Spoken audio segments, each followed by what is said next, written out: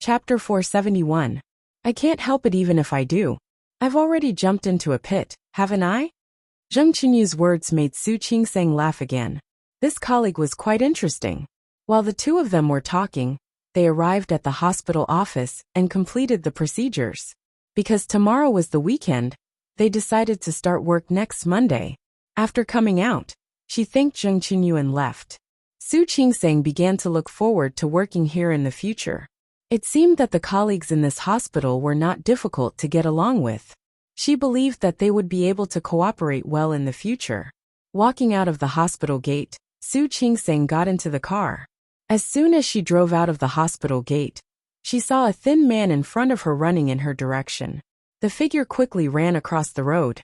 Before Su Qingsang could stop, the thin man was followed by a very tall man, who was running after him.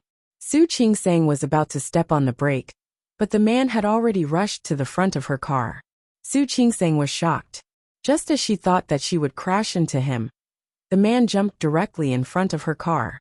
Su Qingsang had no choice but to step on the brake. As soon as the car stopped, the man behind had already jumped forward with the force of the car.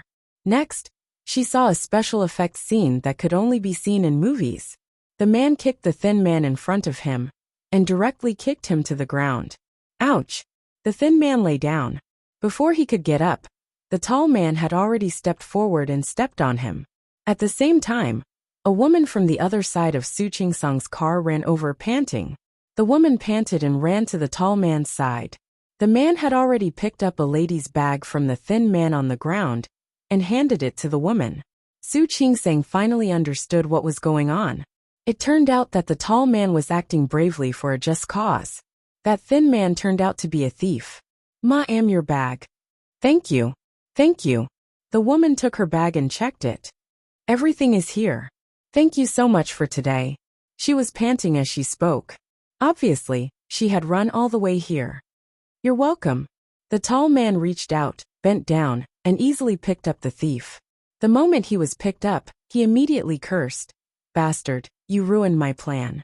Believe it or not, I won't be polite to you." The tall man twisted his hands behind his back. The thief screamed again. Let go. Who do you want to be rude to? I was wrong. Let go, let go." When the thief saw the man's figure, he quickly begged for mercy. "I have eyes but failed to recognize Mount Tai. Hero, please have mercy and let me go." Su Qingsang almost laughed out loud. Are all thieves nowadays so good at writing? It was really a pity to be a thief. "Don't worry. When we get to the police station, I will naturally let you go." As the tall man spoke, he twisted the thief's arm and left. His movements were clean and efficient. After watching for a while, the onlookers dispersed. Su Qingsang looked at the scene in front of her. He clicked his tongue in his heart. How amazing! This skill. It was truly amazing.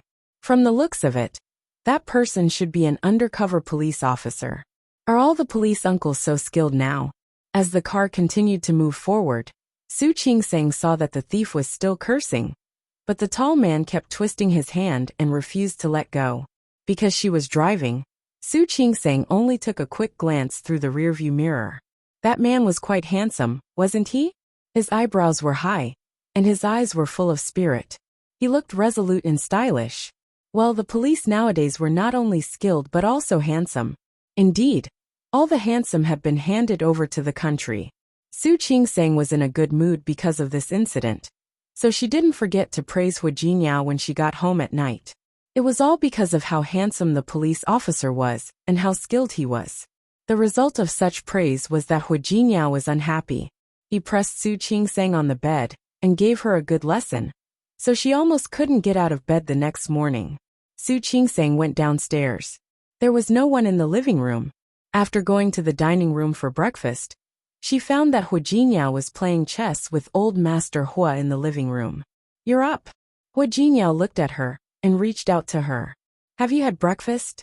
Why don't you sleep a little longer?" Su Qingsang glared at him. Why didn't he sleep a little longer? Weren't there guests coming today? How could she have the nerve to sleep in? "Your mother went out again?" Old Master Hua greeted Su Qingsang. His eyes returned to the chessboard and he put down a piece. "Yes. They said that Cheng Xinyun's mother is sick. My mother went to see her. Old Master Hu didn't say anything, whether it was because he went to see Qing Xianyun's mother, or because he didn't want to admit Su Qingsang's identity in front of so many relatives. They all knew. In fact, Su Qingsang also noticed that every time Old Master Li and Li Qianxue came, Lu Tongjia wasn't there. She really didn't expect Lu Tongjia to dislike her so much.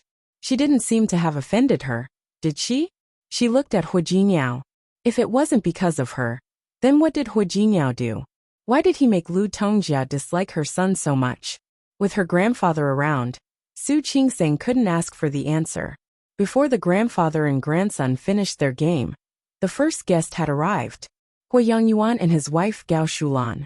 His eldest son, Hu Mingfan, and his wife Jia Shibai were also there. Their children were in another city. Their youngest son, Hu Mingqi, was currently in office and didn't come. However, his youngest grandson, Hu Ruifeng, came. He was younger than Hu Jiniao and had just graduated from university this year. He was wearing a pair of glasses and looked handsome and gentle. Su Qingsang followed behind Hu Jiniao and greeted the elders one by one. Hu Yangyuan and Gao Shulan both prepared gifts for Su Qingsang. Not only them, but Hu Mingfan and Jia Shibai also gave their own gifts. Although Hu Mingqi didn't come himself, Hu Ruifeng gave their gifts on behalf of his parents. Su Qingsang didn't expect to receive gifts. She couldn't refuse, so she accepted them under Old Master Hu's suggestion.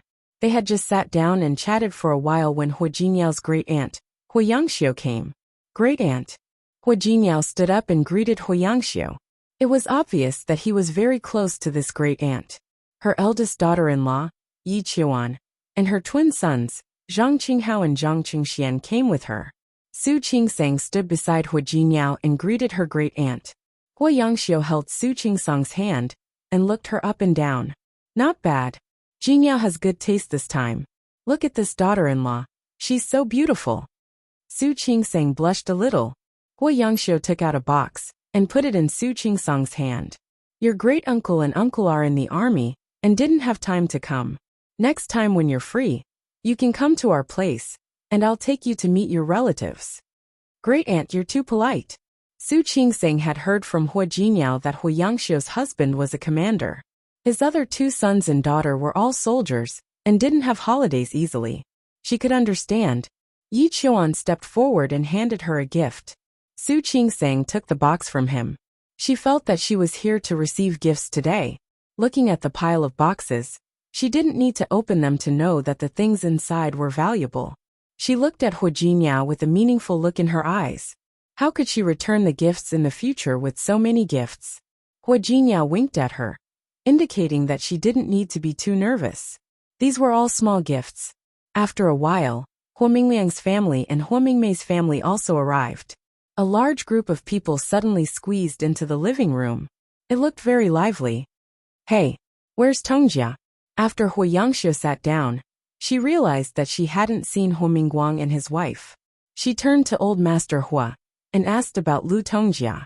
As the eldest daughter-in-law of the Hu family, Hu Yangxiu had always been very satisfied with Lu Tongjia's way of doing things. In addition, she was a friend of Lu Tongjia's mother, so she especially valued this niece of hers. Only then did she realize that not only was Lu Tongjia absent, but Hu Mingguang was also absent. Big brother, where did the eldest and his wife go? Why aren't they here? The second son's family and the third son's family were all here. Why wasn't the eldest son here? A friend of my mother's is sick. She went to visit early in the morning. She hasn't come back yet. Hu Jiniao explained faintly, his voice was very soft. The others in the living room looked at each other, and finally looked at Hu Jiniao. What about the in-laws? Hu Yangyuan changed the topic at the right time. They naturally knew about what happened between Lu Tongjia and Hu Jiniao. My mother and my grandfather are on the way. They'll be here soon. As soon as Su Qingsang finished speaking, Li Qianxue and Old Master Li arrived. Lu Tongjia and Hu Mingguang entered the door with them. Lu Tongjia didn't look too good, and Hu Mingguang stood beside her, expressionless. However, Li Qianxue's expression was even worse than Lu Tongjia's. It wasn't until she entered the door and saw the people in the living room and her daughter's concerned eyes that she forced the corners of her mouth to twitch, trying to make herself look normal. Lu Tongjia stood aside with obvious mockery in her eyes. Hua Mingguang put his hand on her shoulder, as if to comfort her silently. The situation in front of them was obviously not right. Su Qingseng blinked and stepped forward to hold Li Qinshue's hand. With the other hand, she held old Master Li's arm. "Grandpa, Mom, you're here at the right time. Jingyao's great-aunt and great-uncle are all here. Let me introduce them to you." Li Qianxue had been through a lot, after all. A few seconds was enough for her to adjust her expression. "I'm sorry. I was delayed on the way here, so I'm late. I'm really sorry." She saw the two elders sitting with old Master Hua, and guessed that they should be his great-uncle and great-aunt. They were considered old Master Hua's peers, so naturally, she had to greet them first. She had always been very polite to the elders. Naturally, she was also being modest. Normal people would smile and smooth things over. After all, no one would really ask why Li Qianxue was delayed on the way here. Chapter 472. Hearing Li Qianshue's words, Lu Tongjia took a step forward and was about to speak. Hua Mingguang quickly grabbed her arm and took her in the direction of Hua Yangxiu and the others. "Uncle, Aunt, I'm so sorry. I accompanied Tongjia to visit a friend, so we came back late. Uncle and Aunt, please don't mind. We're all family. You don't have to be so polite." Hua Yangyuan had been in the government for a long time, so his words were naturally watertight. "Yes, sit down." Hua Yangxiu also spoke and gestured for the couple to sit down. However, old Master Li and Li Qianxue hadn't sat down yet after greeting the two of them. Old Master Li's expression was a little strange. Old Master Hua also stood up and asked them to sit down. "Come, Brother Yongfeng, sit here." Old Master Li's expression eased a little, and he sat down with Li Qianxue. Except for Hua Yangxiu and Hua Yangyuan, the rest of the people present were of the same generation as Li Qianxue. Hua Jingyao introduced them to each one of them. Li Qianxue always had a decent smile on her face, as if the ugly expression on her face when she entered the door was an illusion. In the eyes of the other relatives of the Hua family, Li Qianxue was naturally very decent. They looked at Su Qingseng, who was sitting next to Li Qianxue, and the two of them interacted with her from time to time. For Hua Yangxiu and Hua Yangyuan, this in-law looked very good. However, for people like Hua Mingliang and Hua Mingmei, who had always known that Su Qingseng was just an illegitimate daughter, the scene in front of them was suspicious. Hua Mingmei glanced at her brother and sister-in-law, and found that Lu Tongjia didn't seem to be in a good mood. Occasionally, her eyes met with Li Qianshue's, and they weren't kind. After thinking about it, she understood what was going on. Su Qingseng was just an illegitimate daughter. Li Qianxue and old Master Li must have come for the power of the Hua family. Uncle and aunt didn't know the inside story, so they couldn't see it, but Lu Tongjia definitely knew. Hua Mingmei felt that she had thought of the key point, and when she looked at Su Qingseng again, her eyes were a little malicious. "Eldest brother's wife is called Qingseng, right? Look at me, I can't remember this name." She started by belittling Su Qingseng, which successfully made the people in the living room talk, and formed their own small circles to look at her and Su Qingseng at the same time. Su Qingseng didn't respond, but glanced at Hua Mingmei. His gaze was indifferent, not taking her provocation to heart. "Qingseng, I think I heard you call the person next to you Mom." "Yes," Su Qingseng said calmly. "This is my mother. But I heard from Hua Jinyao that your mother is someone else." In fact, everyone knew that Su Qingseng was actually an illegitimate daughter. Hua Mingmei rolled her eyes and said faintly, "Why are you calling me Mom now?" The sarcastic and suggestive voice made Su Qingseng and Li Qianxue frown at the same time. Hua Jinyao's face darkened, and his eyes turned extremely cold. "I've already explained this to the old man. After Qingseng was born, the hospital mistakenly switched her. I didn't know until later that Qingseng was my biological daughter. Since Qingseng and I are mother and daughter, and we've acknowledged each other, it's natural for her to call me Mom," Li Qianxue said calmly. Although the others didn't believe it, it was unlikely that they would question it at this time. Only Lu Tongjia, who was a little far from Li Qianxue, looked a little cold, and the corners of her mouth and eyebrows were full of sarcasm. Hua Mingguang looked at his wife, pressed her arm, and gave her a look of approval. Oh, the wrong switch. You didn't know until later. So you acknowledged each other? Hua Mingmei dragged out the last word, and looked like she suddenly understood. You acknowledged each other after Su Qingseng married Hua Jingyao. This is a good time to acknowledge each other. It's really good. She faked a smile and looked at the other people present. You didn't find out sooner or later. You didn't find out until Hua Jingyao married her. It's really good to find out. Everyone present was smart. Hearing Hua Mingmei's words, how could they not understand? It was nothing more than that the Li family recognized the illegitimate daughter as their biological daughter, because they saw that the inconspicuous illegitimate daughter had married into the Hua family. Old Master Li's face darkened because of Hua Mingmei's words. However, he was older than Hua Mingmei, so he naturally couldn't lower himself to argue with her. Su Qingsong's face darkened. Her lips moved, and she was about to speak. However, the back of her hand was pressed down by Li Qianxue. This is. Li Qianxue pressed her hand to stop her from speaking, but her gorgeous eyes were staring straight at Hua Mingmei's face. Hua Jingyao had introduced her before, but Li Qianxue seemed to have forgotten it. I'm Jingyao's aunt. Hua Mingmei knew that she was doing it on purpose, and her face darkened even more. Oh, you're just my aunt. I thought you were Jingyao's mother. Li Qianxue smiled, but she didn't finish her sentence. What do you mean? Nothing. After all, Jingyao's mother hasn't said anything yet. You're in charge, so I'm just asking. It was obvious that he was scolding Hua Mingmei for being a busybody. Hua Mingmei was enraged by Li Qianxue's words. She blushed and glared at Li Qianxue. What? Can't I ask? I've seen a lot of people like you. Wasn't he just eyeing the power of the Hua family? For the sake of money, you even accepted an illegitimate daughter. Aren't you afraid of losing face? Everyone present watched the scene unfold before them. Both the old and the young didn't speak, and Hua Yifan and the other juniors looked interested. Mingmei. Grandfather Hua couldn't stand it anymore. What nonsense are you talking about? Did I say something wrong? Hua Mingmei glanced at old Master Hua. Although our family said that we don't interfere with our children's freedom of marriage, we don't want to interfere with them.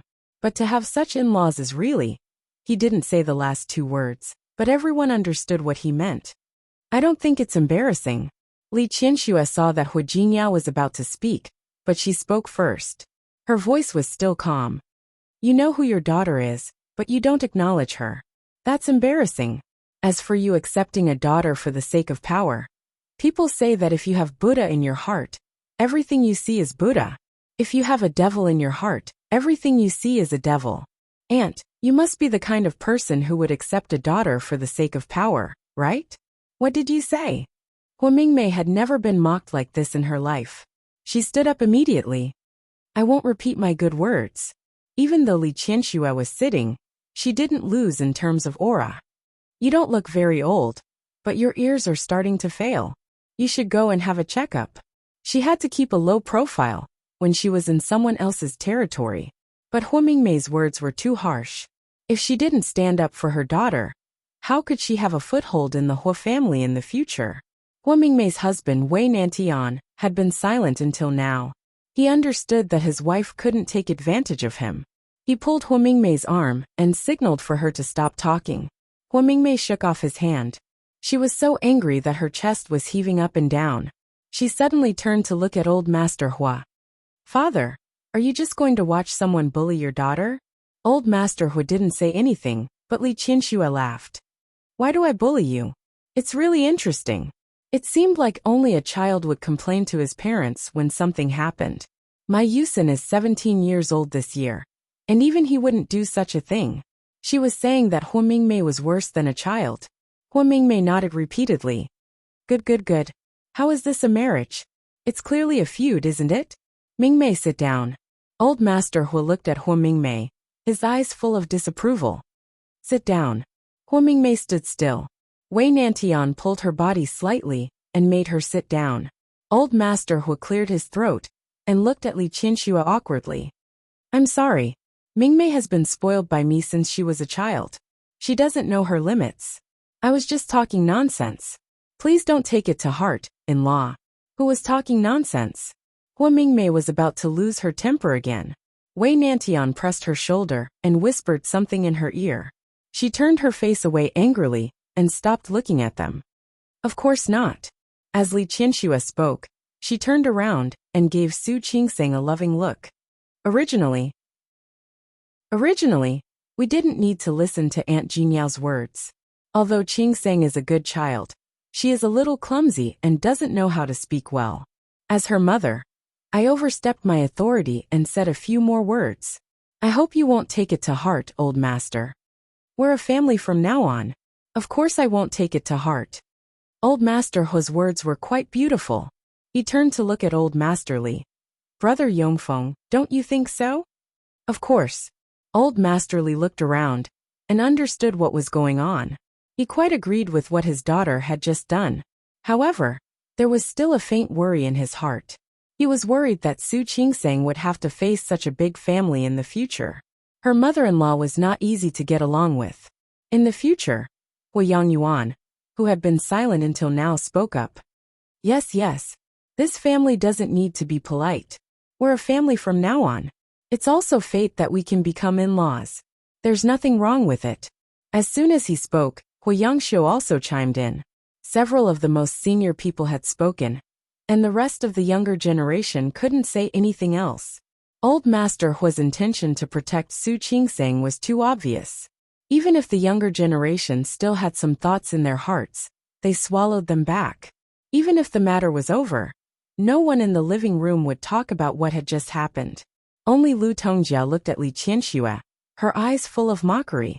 Su Qingseng felt that look, not to mention the others.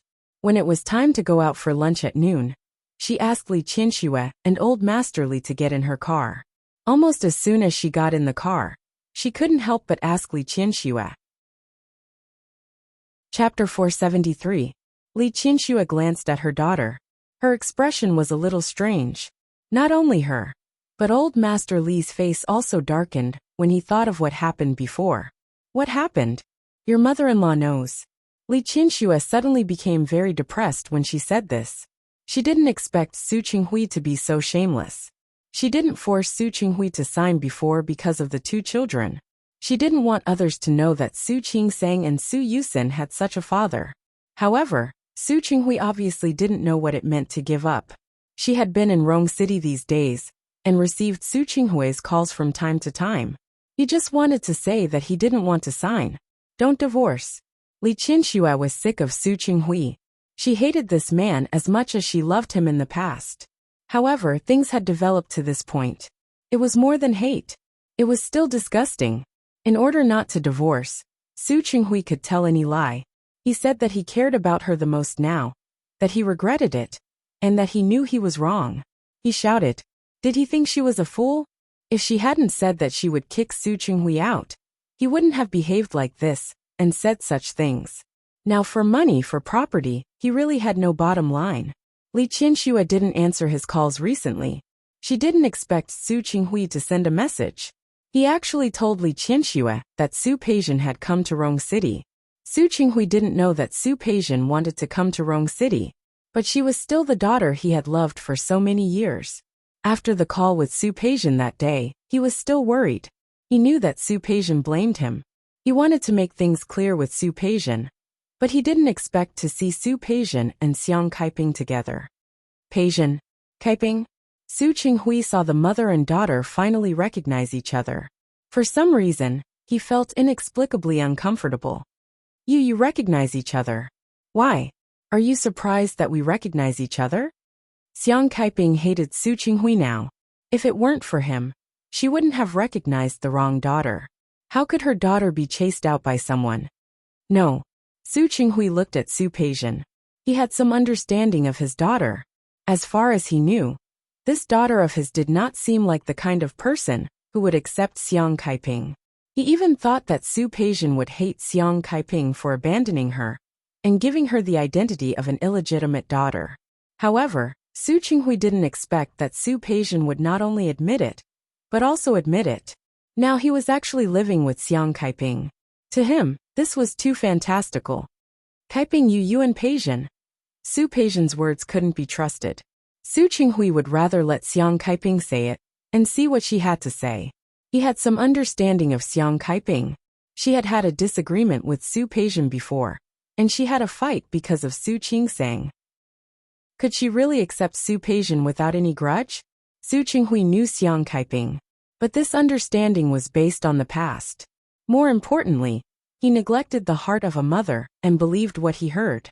Once one sided with one's family and ignored reason, it was inevitable that one's perception would be biased. Peijian is my daughter. Xiang Kaiping didn't mind letting Su Qinghui know. You should know that I didn't get along well with her all those years ago, and we didn't get to know each other well. Now that this mistake has been corrected, what's so strange about me acknowledging her? Su Qinghui didn't know what to say. He vaguely felt that something seemed to be wrong. It seemed that something was out of control. However, he couldn't figure out what was wrong. He couldn't help but look at Su Peijian. Peijian? Dad. When Su Peijian saw Su Qinghui again, her forehead was still throbbing with pain. She didn't look well. However, that situation only lasted for a few seconds. Very quickly, she composed her emotions and expression. She held Xiang Kaiping's arm and faced Su Qinghui. You seem to think that it's strange. Actually, there's nothing strange about it. After all, I'm my mother's daughter. Isn't it normal for me to acknowledge her? Peijian. Su Qinghui looked at his daughter. Not only did the feeling in his heart not disappear, but it also increased. He didn't want to speculate about his daughter with malice. However, Su Peijian's behavior made him instinctively feel that something was wrong. Dad, aren't you happy that I acknowledged my mother? Su Peijian looked at Su Qinghui. Even if he was her father, she still hated him now. I feel quite happy. After all, you and my mother have driven me out. I have to find a place to go, right? Peijian. I'm telling you, Auntie didn't mean that. You're just saying that I'm no longer your daughter. Su Peijian interrupted him. Enough. What's done is done. There's no point in talking about it.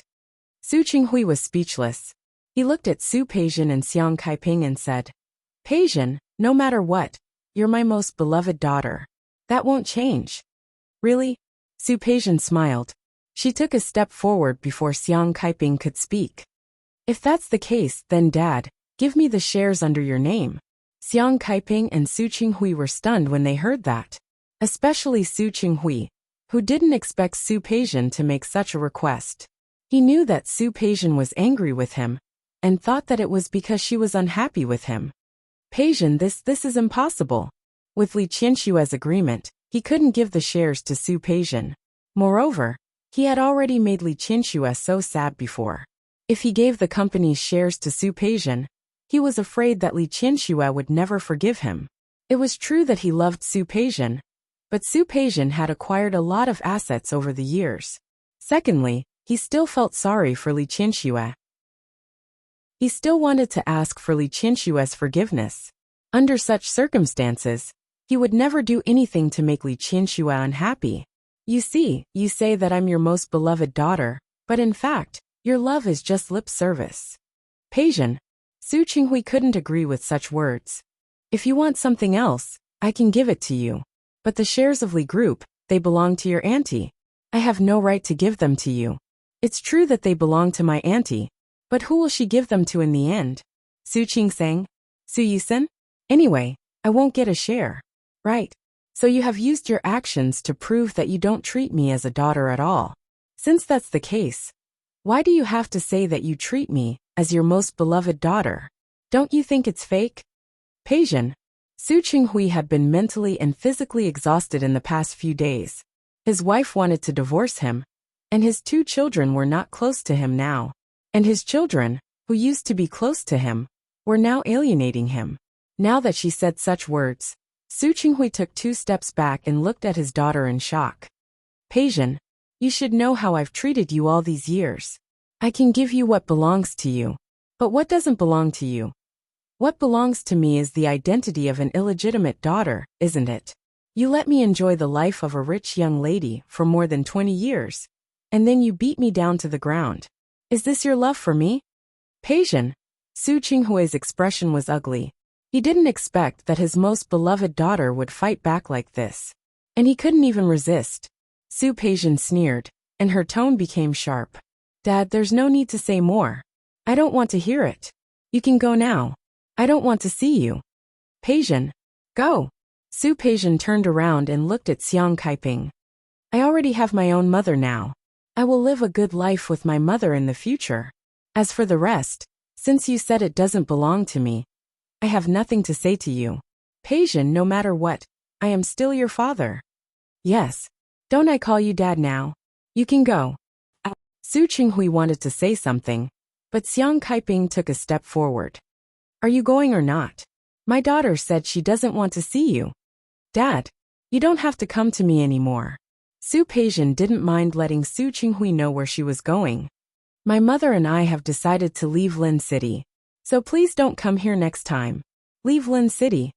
Su Qinghui looked anxious. Where are you going? My mother used to develop in Rong City. Now she wants to take me back to Rong City to continue living. Dad, you don't want me, but that doesn't mean my mother doesn't want me either. You are not willing to give it to me. My mother is willing to give it to me.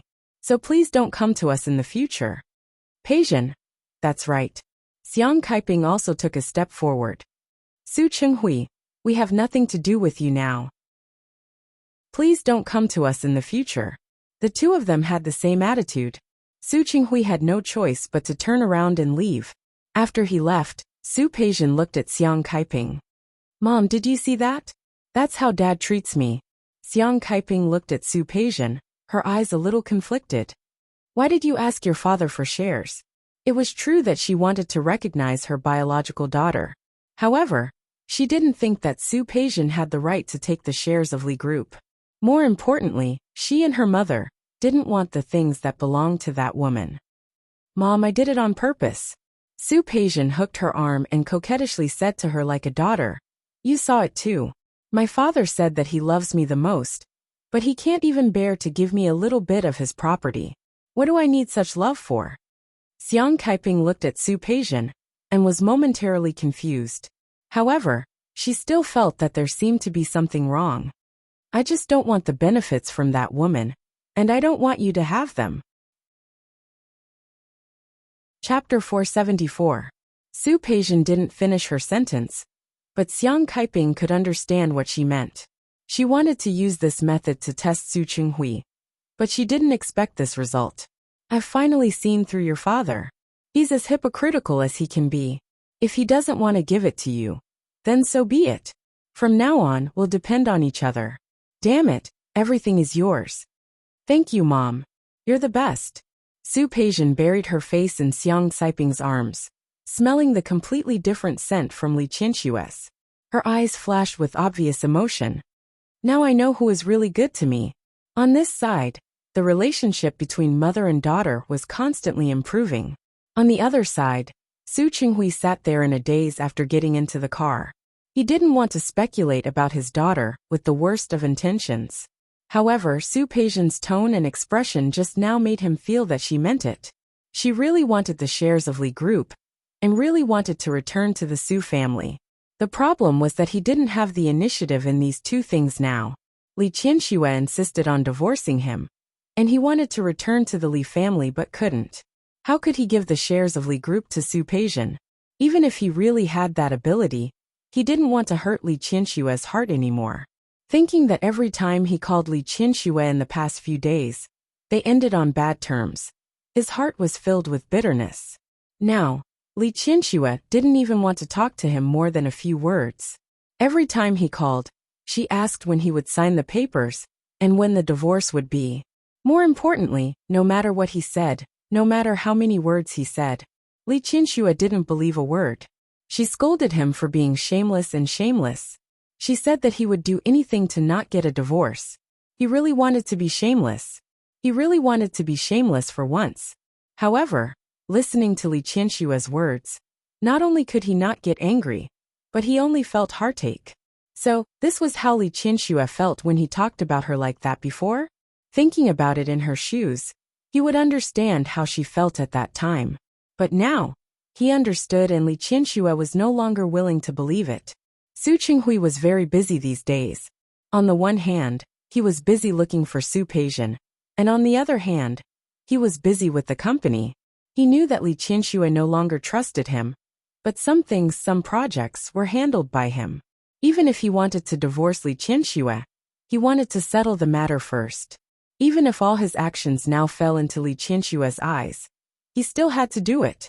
Now that he knew that Su Peijian was going to Rong City, he felt that he should tell Li Qianxue and Su Qingsang. He always felt that Su Peijian's purpose in going to Rong City was not simple, although he did not want to think of her in this way. More importantly, he needed more opportunities to contact Li Qianxue, even if it was just to hear her voice. But what he didn't expect was that he and Li Qianxue parted on bad terms again. Unlike Su Chenghui, who was unwilling to speculate about Su Peijian with the greatest evil, Li Qianxue did not mind speculating about Su Chenghui with the greatest evil. Peijian is coming to Rong City? Why would she come to Rong City? Li Qianxue recalled the argument she had with Su Chenghui on the phone. What's wrong? Do you think you can stop me from divorcing you just because Su Peijian is here? Aren't you being too optimistic? I don't mean that. I don't care whether you mean that or not. Su Peijian doesn't need to tell me whether she is coming to Rong City or not. Unless she is here to cause trouble for me and Qingsang. No. Su Chenghui instinctively defended Su Peijian. Why would she cause trouble for you? She has now met Xiang Kaiping. Xiang Kaiping used to live in Rong City, so she decided to bring Peijian there.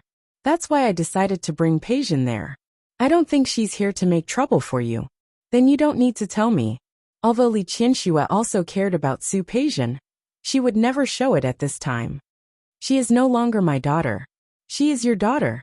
You don't need to tell me where she is going and what she is doing in the future. Qianxue. Unless she came to Rong City to look for me or Qingsang, Su Qingsang said. That's impossible. It's best if it's impossible. Li Qianxue's voice was very cold. Su Chenghui, no matter what, I have raised Su Peijian for more than 20 years. I treat her as my own daughter. I have given her everything I can. If she can still blame me, or Qingsang in her heart, then I can only say that she is really not a good person. Qianxue, don't say things like that. Peijian was brought up by you, although she is a little spoiled and a little willful. But her nature is definitely not bad. You know this as well. I don't know. Of course, Li Qianxue was willing to believe that Su Peijian's nature was not bad. No matter what, she was the daughter that she had raised. She would not, and did not want to think badly of Su Peijian. However, when facing Su Chenghui, Li Qianxue did not want him to think too much. Just like I once wanted to believe you, believe that even if you didn't love me, but there was still the minimum respect and honesty for me. In the end, I found out that my respect and honesty were a joke. You replaced my daughter, and made my daughter grow up with the reputation of being an illegitimate daughter, and made her even more ridiculed now. Su Chenghui, now you are talking to me about trust. Do you think you still have trust in front of me? Qianxue, don't call my name. Li Qianxue could not think about those things. In fact, she did not want to think about what had happened before. For the past few days, she had been accompanying her daughter, and accompanying her old father to walk around and look around. Originally, she had begun to feel much more cheerful. However, Su Chenghui always had to call from time to time, and appear in front of her, making her feel like she was being stared at by a fly. Su Chenghui, since you exchanged Qingsang and Peijian's identities, and made Qingsang an illegitimate daughter, I have nothing to say to you anymore. I have nothing more to say to you. I only have one request now, and that is for you to sign the divorce papers. Qianxue, if you still have a little conscience, don't think that you can get more benefits from maintaining this marriage. That's impossible.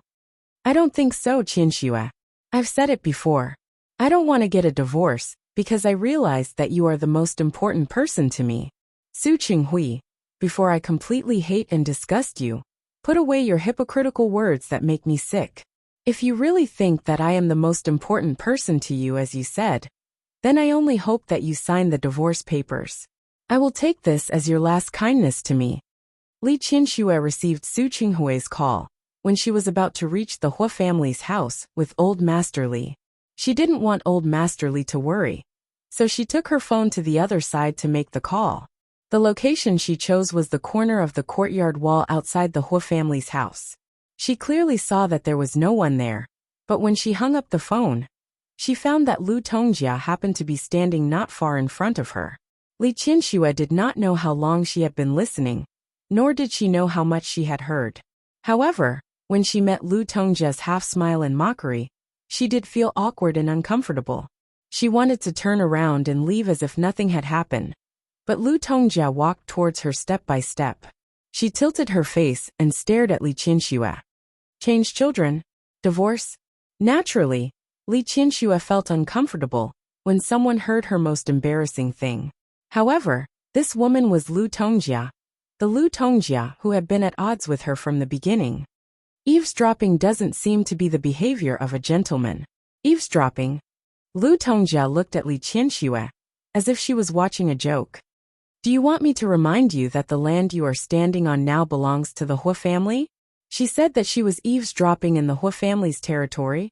If I remember correctly, I don't think I stepped into your yard. Indeed you didn't. Lu Tongjia didn't want to argue with Li Qianxue anymore. She smiled coldly and looked a bit sarcastic. But you are standing on the road talking about these things. How can you blame others for eavesdropping? There weren't many things in Li Qianxue's life that could make her feel embarrassed. This was one of them. Most importantly, the person who heard it was Lu Tongjia. She knew all too well that this woman had a problem with Su Qingsang. She might say something unpleasant to Su Qingsang. Li Qianxue forced herself to act as if nothing had happened. Her face was also calm. Sorry, it's time to meet with old Master Hua. I'll leave now. You're in a hurry to leave? Lu Tongjia was really glad that she wanted to get out of the car for a walk. Otherwise, she wouldn't have heard such a wonderful show. Did you just say that Su Qingsang's father changed her identity? You heard wrong. Li Qianxue's expression didn't change. Heard wrong. The smile on Lu Tongjia's lips became more and more radiant. My hearing is very good. That's why. No wonder I said that she was an illegitimate daughter. How did she become a rich young lady? So that's what happened. Li Qianxue knew that if the Hua family found out about this, they would definitely be at a disadvantage. The upper class valued their followers the most. No matter how dirty it would be behind closed doors. No one would really put some things on the table, especially those with illegitimate daughters. Changing the identity of an illegitimate daughter like this, turning her into a rich young lady, turning a legitimate young lady into an illegitimate daughter, was something that no family could tolerate. Thinking of this, she hated Su Qinghui more and more. No matter what she thought, Li Qianxue didn't show it on her face. Yes. So Su Qingsang is my biological daughter. There's no such thing as acknowledging an illegitimate daughter for the sake of money and connections with the Hua family. Are you relieved now? Chapter 475. Mrs. Hua, please don't cross the line. If there was anything in Li Qianxue's life that was a taboo for her, it was her children. If there was anything that could make her feel bad, it could only be her children. At the moment, Lu Tongjia thought that she had something on her. However, no matter what it was, she would not allow her to use this as an excuse to talk about her daughter. Qingsang is innocent in this matter. Please don't involve her in this. I'm the one who wants to involve her. She insisted on marrying into our family. I don't know what kind of means she used. Lu Tongjia sneered, and the disdain in her eyes was clear. Hua Jinyao went to Lin City for less than 3 weeks, and he was already with your daughter. Hua Jinyao only went there to inspect the business. As soon as he came back, it became a marriage. When did your daughter and Hua Jinyao meet? Did you agree to this sudden marriage? At that time, you didn't know that she was your daughter, did you? At that time, your daughter was just an illegitimate daughter. How did she get together with Hua Jinyao? She put her foot on Hua Jinyao's shoulder. You found out about her parentage right after? Huh. What a coincidence. Before hearing this phone call, she didn't approve of Su Qingsang and Hua Jinyao being together. Now that she heard this phone call, she disapproved of it even more. Lu Tongjia said that Su Qingsang and Hua Jinyao's marriage was a conspiracy. Li Qianxue didn't want to be bullied. She was about to refute when old Master Li saw that she didn't come over and started to walk over. Li Qianxue cared about her father's feelings, and didn't want to argue with Lu Tongjia in front of old Master Li. She could only look at her deeply, then turned and walked in the direction of old Master Li. Now that her daughter asked her what was going on, Li Qianxue couldn't tell Su Qingsang about Lu Tongjia in front of old Master Li. Nothing. I just thought that today is the day you meet the Hua family, but your mother-in-law ran out. I'm just a little upset. Mom, it's okay. Su Qingsang knew that Li Qianxue was worried about her, but she didn't think it was a big problem. Hua Jinyao has an apartment in the city. It's half an hour's drive from his company, and only 20 minutes from the hospital where I work. In any case, I'll start work in 2 days. If Hua Jinyao and I live outside and don't come back often, we won't have the chance to spend time with my mother-in-law. Li Qianxue saw that Su Qingsang was still optimistic, but she couldn't think of things as simple as her. Knowing what Su Qinghui had done, Lu Tongjia put Su Qingsang in the same category. Li Qianxue knew that Su Qingsang would have to face some difficulties in the future. After thinking for a while, she squeezed Su Qingsang's hand hard. Qingsang, listen to me. Although Hua Jinyao is very good to you right now, you still have to be careful. Although for the time being, you can also avoid living outside.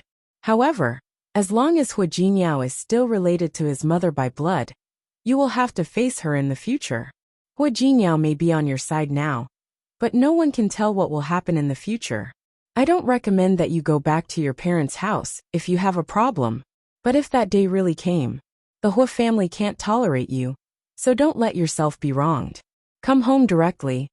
After saying all this, Li Qianxue's voice was still a little sad. No matter what, you are a daughter of the Li family.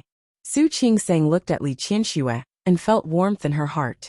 She leaned her face against Li Qianxue's shoulder and gently rubbed it. Mom, don't worry. I know everything. She really knew everything, and she really wouldn't let herself be wronged.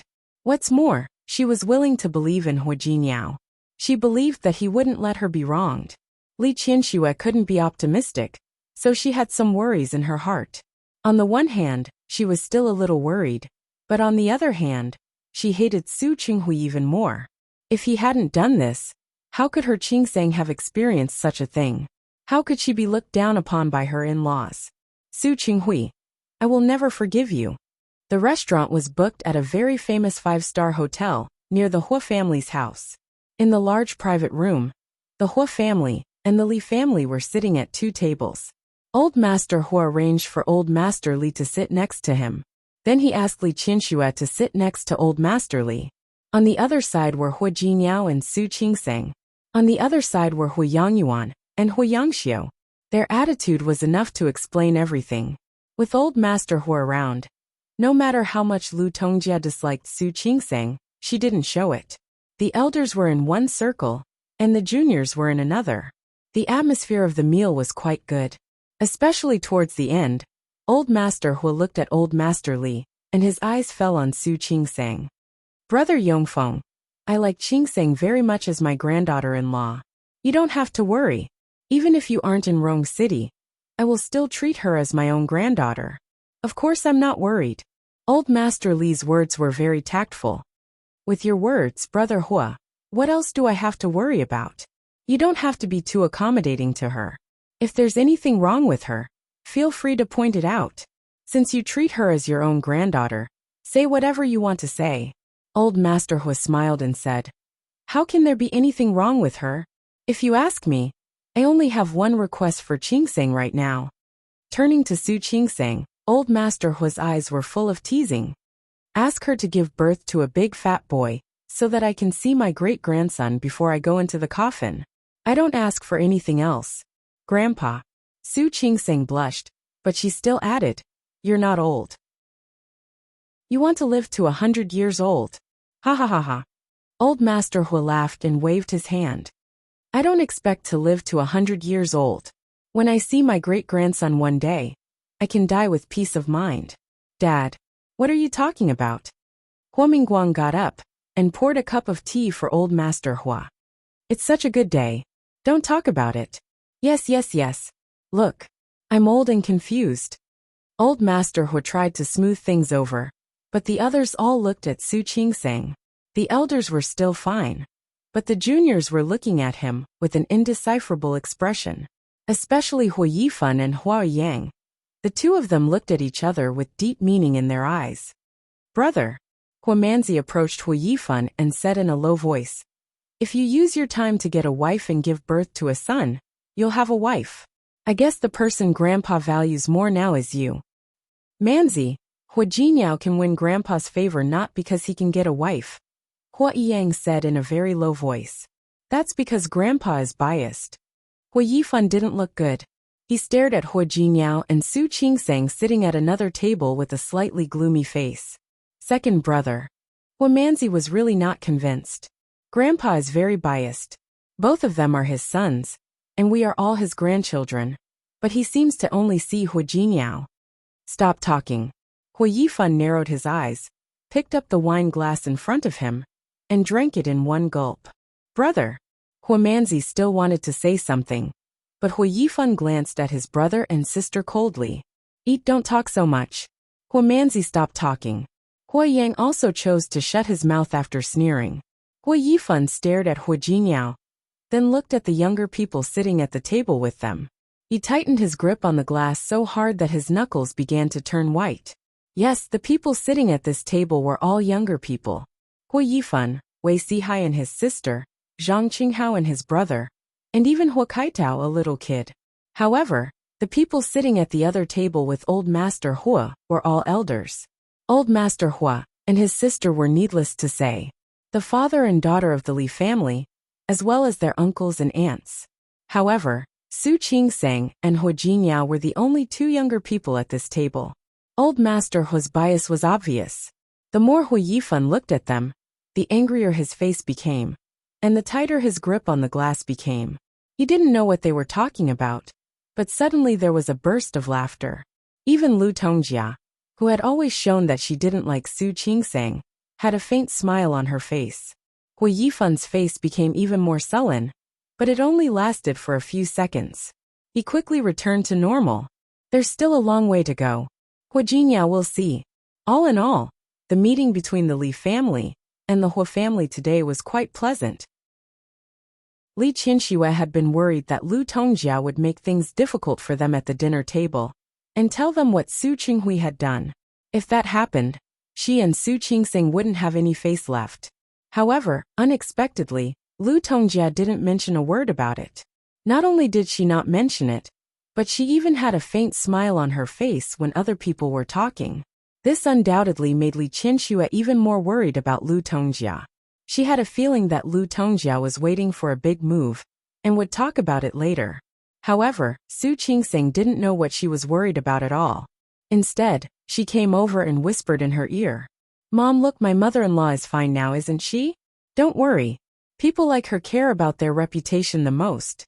They won't really do anything that would be beneath their status, especially under such circumstances. As she spoke, she winked at Li Qinxue, and there was a hint of mischief on her face. Besides, I'm not someone who can be bullied. Mom, don't worry. Li Qinxue looked at Su Qingsang's face with mixed feelings. Su Qingsang had been raised as an illegitimate daughter for more than 20 years. Normally, such a person's personality would be a little awkward. However, Su Qingsang didn't have any. Not only did she not have any, but she also looked quite calm and rational. Most importantly, she had a good heart. This made her feel both sad and proud. She should feel relieved that her daughter had grown up like this in a place, and at a time that she didn't know about. However, she felt that if it weren't for the environment, how could Su Qingsang be so sensible? The whispering didn't escape Lu Tongjia and Hua Jinyao's eyes. Chapter 476. When Hua Jinyao came out of the bathroom, he saw Su Qingsang lying on the bed, looking at her phone with both hands. He could hear her chuckling from time to time. The heater was on in the room. She was only wearing a short-sleeved nightdress. Perhaps it was because he was too excited. His 2 feet would shake from time to time. This movement made the nightgown lose its smoothness, and the hem of the skirt rolled up. Looking at Su Qingsang's well-proportioned and fair calves, Hua Jinyao's eyes darkened. He walked to the bed quietly and found that Su Qingsang didn't notice that he had finished showering. Su Qingsang was chatting with Shi Mengwan. A few days ago, when she came with Li Qianxue and Old Master Li, she selected a few pictures of the snowy scenery and posted them on her WeChat Moments. For those in the south who had never seen snow before, apart from praising the snowy scenery, they were amazed. Shi Mengwan also saw it. Recently, she had been busy drawing a design. Now that she was done, she had time to chat with Su Qingsang. She expressed anger and blamed Su Qingsang for abandoning her and coming to Rong City. She expressed her envy and hatred for Su Qingsang for being able to see snow and playing the extremely childish game of snowball fights and making snowmen. The last message she sent was that she also wanted to visit Rong City. In order to tease her, Su Qingsang casually threw a few pictures of the snowy scenery at her. There was also a line of text attached. Come on. Come on. I'll show you the snow when you come. Also, I have a big secret to tell you. Li Qianxue and Old Master Li were not in the photos she sent. As for the fact that she and Li Qianxue had acknowledged each other, things had been happening every day since they had acknowledged each other. For a moment, she didn't know how to tell Shi Mengwan. Shi Mengwan still thought that Su Qingsang had come with Xiang Kaiping. She even asked about Xiang Kaiping a few times. Thinking of Xiang Kaiping, Su Qingsang had mixed feelings. Speaking of which, what did Xiang Kaiping do wrong? She had simply fallen in love with the wrong person back then, and now she had recognized the wrong daughter. Su Qingsang still had Xiang Kaiping's number in her phone, and she had not deleted Xiang Kaiping from her WeChat contact list. However, she did not have the courage to contact Xiang Kaiping. Xiang Kaiping's accusation the other day made Su Qingsang sad. But at the same time, she felt a great deal of guilt and self-blame. Regarding Shi Mengwan's question, she could only tell her that she would know when she came. This time, she changed the topic and talked about the interesting things that happened in Rong City. Shi Mengwan felt another wave of envy and jealousy. Su Qingsang didn't notice that Hu Jiniao had already taken a shower while they were chatting happily. When the phone in her hand was taken away, she was shocked. When she turned around, Hu Jiniao happened to be on top of her. Hu Jiniao. Su Qingsang knew what that look meant. For the past 2 days, this fellow had been saying that absence makes the heart grow fonder, tormenting her to no end. She had been tired for the whole day and really needed a good rest. I'm very tired today. I need to rest. Yes. It's good for your health to sleep after it's done. Nonsense. How could he say something without any scientific basis without batting an eyelid? Whether it's nonsense or not, you'll know after you try it. Putting her phone on the bedside table, Hu Jiniao's hand went back to her body and slowly reached for her skirt. Wait. Hu Jiniao propped up his arm and looked at her. His raised eyebrows silently showed that he would not stop. Just once, okay? Su Qingsang wanted to beg for mercy. She had a husband who was very strong. What could she do? Just once. I'm very tired today. Hu Jiniao stared at her little face and nodded. Okay. Just once. Hu Jiniao didn't ask what had happened between him and Lu Tongjia. No matter what Lu Tongjia knew or wanted to do, he would be there. However, that night Hu Jiniao, who was extremely tired, had another nightmare. Endless darkness surrounded him. He tried hard to escape, but he couldn't. He could only keep running in the darkness. However, no matter how hard he ran, he couldn't run out of the darkness. At the end of the darkness was a vaguely familiar face. He looked at the familiar face and seemed to find the direction. He tried hard to run in that direction, but when he got closer, he saw the person's face clearly. The person put his hand on his neck and kept squeezing. Why don't you die? Why don't you die? The suffocation made Hu Jiniao wake up from the darkness. He patted his chest and kept panting. Hu Jiniao. Su Qingsang was really tired. Even the movement of the person beside her couldn't wake her up completely. She reached out and touched Hu Jiniao's hand subconsciously. Don't come. Sleep. Her hand was soft and warm. Hu Jiniao gently held her hand and felt the softness and warmth of her palm. He laid his body flat again, lay down beside Su Qingsang and fell asleep. He held her waist tightly and let her fall asleep against his chest. The dream just now became blurred. Hu Jiniao closed his eyes and fell asleep again. This time, the nightmare didn't come again. Holding Su Qingsang, He dreamlessly slept until dawn. Rong City Airport. Su Qingseng looked at Li Qianxue and Old Master Li. She held Li Qianxue's hand, and her eyes were full of reluctance. Mom, didn't you say you would stay for 10 days to half a month? Li Qianxue was also reluctant, but she had to go back to Lin City because something happened. Holding Su Qingseng's hand tightly, Li Qianxue tried not to let her eyes turn red. I really want to take you back. That's good. I'll buy another ticket now and go back with you. Nonsense again, right? Li Qianxue looked at Hu Jinyao, who was standing next to her. You just say it. How can you bear to? Why not? I'll book the ticket now. Su Qingseng took out her phone as she spoke. Li Qianxue pressed her hand. Okay. Look at you. Why are you throwing a tantrum? I'll let it go this time. I'll come to see you in the future. Besides, you can come back to Lin City to see me. That was what she said, but how could it be so easy? Su Qingseng suddenly reached out and hugged Li Qianxue. She had only been with Li Qianxue for a short time, but her feelings for her came from the bottom of her heart. She knew that this was the nature of blood. She really couldn't bear to leave Li Qianxue. Li Qianxue put her hands behind Su Qingseng and gently patted her back. Su Qingseng stepped back, her eyes still a little red. She sniffed and looked at Li Qianxue. Mom, you must come to Rong City to see me again. I'll go back to Lin City to see you too. Okay. Li Qianxue nodded. I have something to do this time. When I'm done, I'll come to see you when I have time. Su Chenghui was still working at the Li Corporation. Li Qianxue felt that it was intolerable. In addition, Su Chenghui had been dragging his feet and refusing to sign. She couldn't stand these things. She needed to go back to Lin City to settle things with Su Chenghui.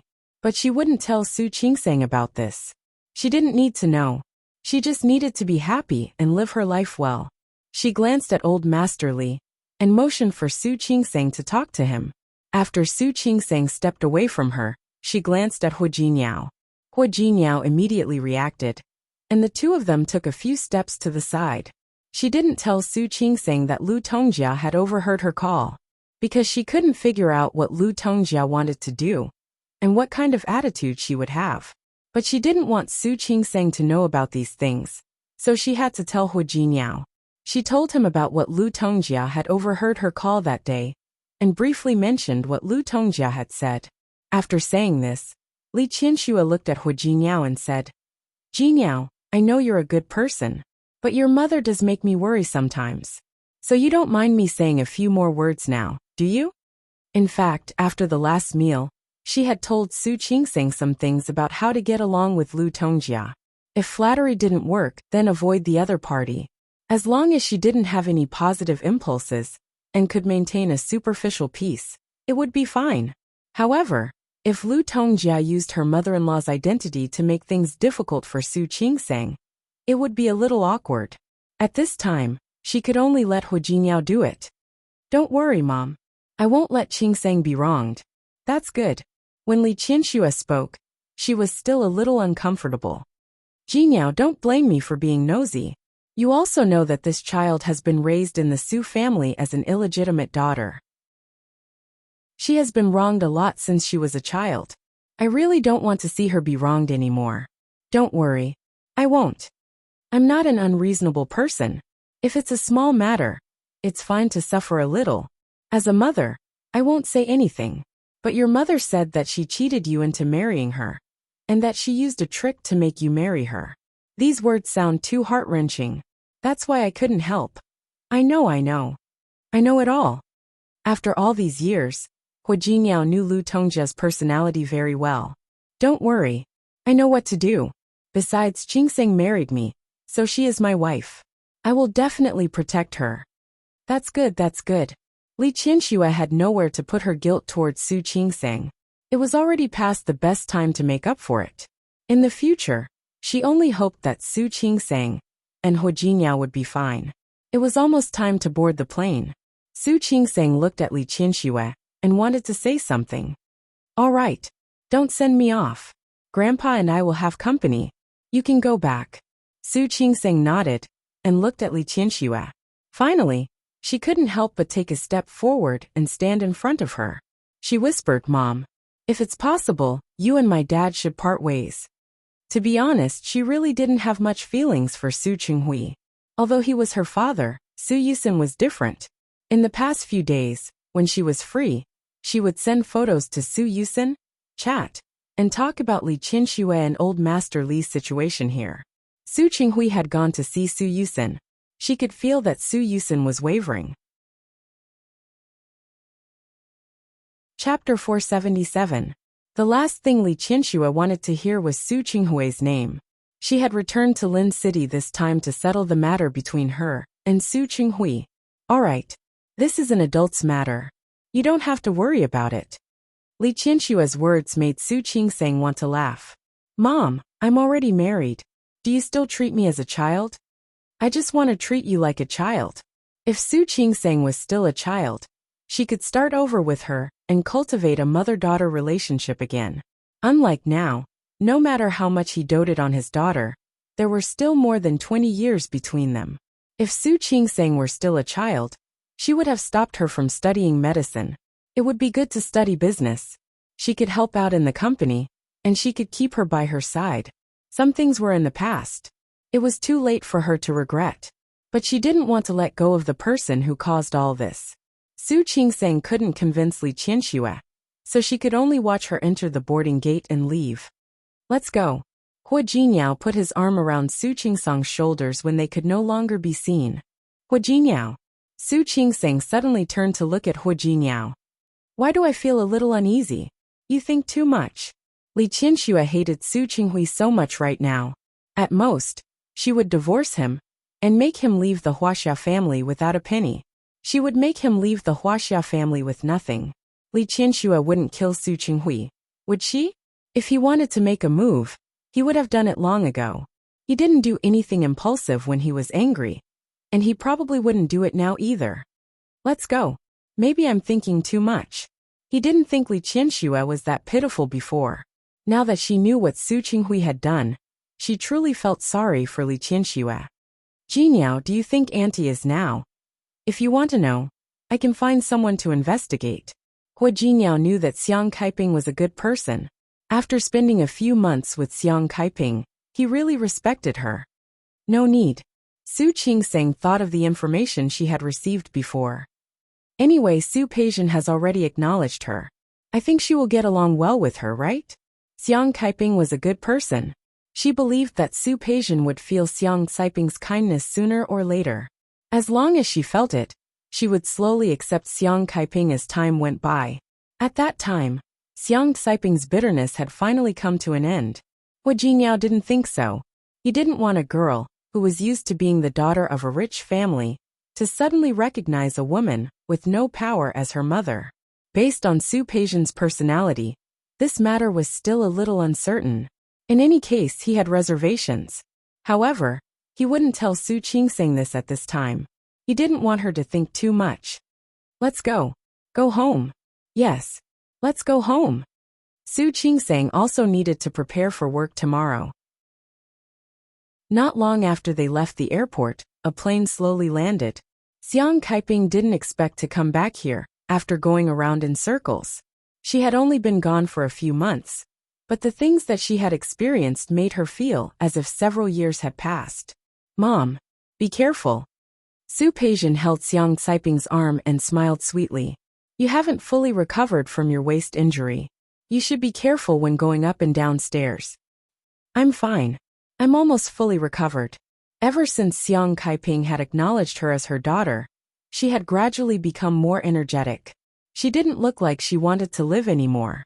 She took the initiative to do rehabilitation. Now, as long as she didn't carry heavy things or do strenuous exercise, she would have no problem living a normal life. You still have to be careful. Su Peijian held Xiang Kaiping. When we get home, I need to hire 2 more caregivers to take care of you. I also need to hire a nanny. When Su Peijian said this, her expression was unexpectedly firm.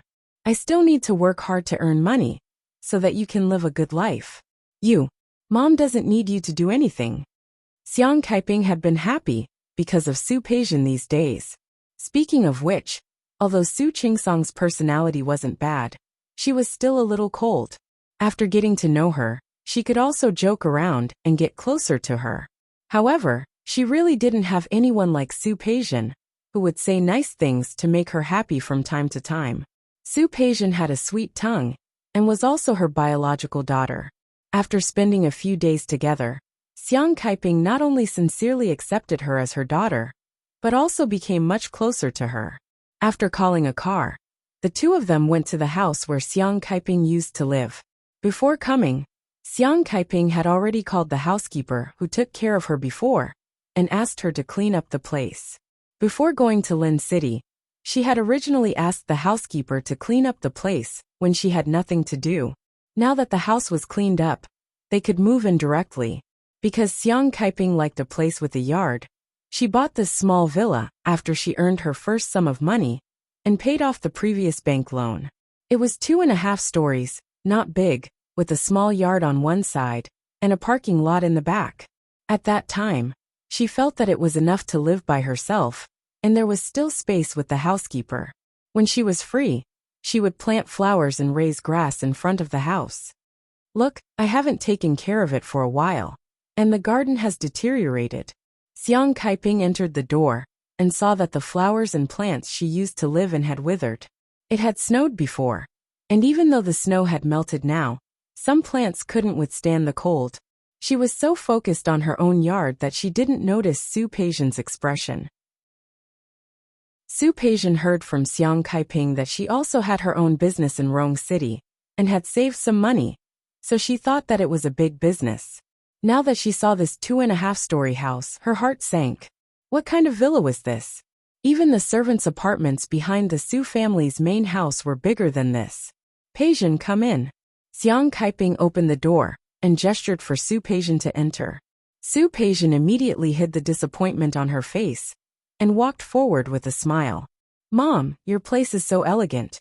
It's not good now. Look, the flowers and plants are all withered. I'll replant some later, and I believe that when spring comes, this place will look better. I believe you. I was too lazy to go upstairs, so I put the room on the first floor. There are 3 rooms upstairs, and you can live in the master bedroom, the biggest one. Okay, I'll listen to you, Mom. As Su Peijian spoke, she carried her luggage upstairs.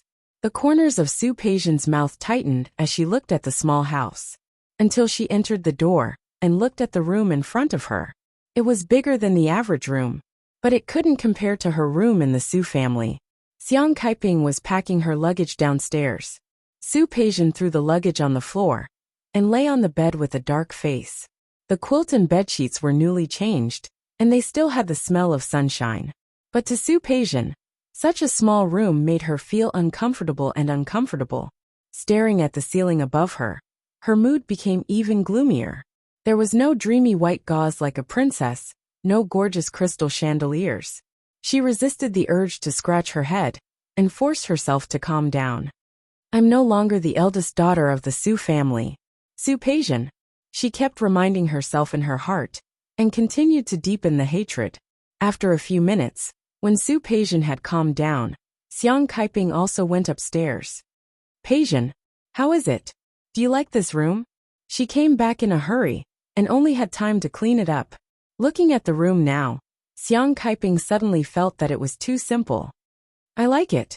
Su Peijian had already gotten up when she spoke, and quickly stood next to Xiang Kaiping.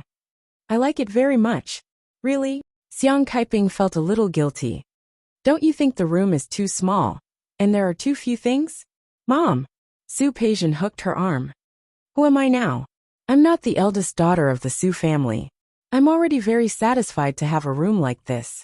Xiang Kaiping was pleased that she was so sensible. It's good that you like it. Don't think about work for now. Stay here and have fun for a few days. There are some good places in Rong City. As for what to do, we'll talk about it later. Okay, I'll listen to you. Su Peijian looked like a filial daughter.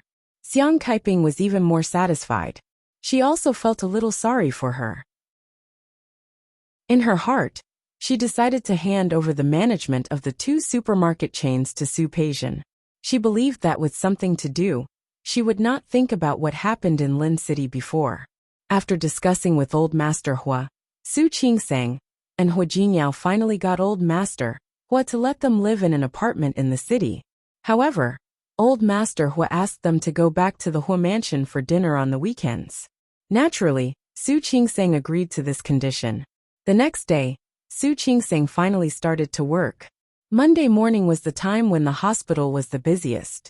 As soon as Su Qingsang arrived, someone from the unit arranged for a female employee to come over for a physical examination. She did not even have time to greet the other colleagues in the department before she was dragged into work. For the whole morning, Su Qingsang was so busy that she did not even have time to drink water. It was not until noon that there were fewer people in the hospital. Sun Huiya finally had time to introduce the colleagues in the department to Su Qingsang. Su Qingsang had already met one of her students, Zheng Qinyu, the male doctor from before. It was also at this time that Su Qingsang realized that although Zheng Qinyu was a man, he was quite skilled in business. He was one of Sun Huiya's favorite students. The deputy director of the department was Shen Lingyun, who was a little younger than Sun Huiya and looked to be in her 40s. There was another deputy director called Yang Lu, who looked to be in her 30s. In addition to these two deputy directors, there were 3 other doctors, Ling Fei Li Ting and Zhang Qi. A few other colleagues had gone to the countryside and were not here.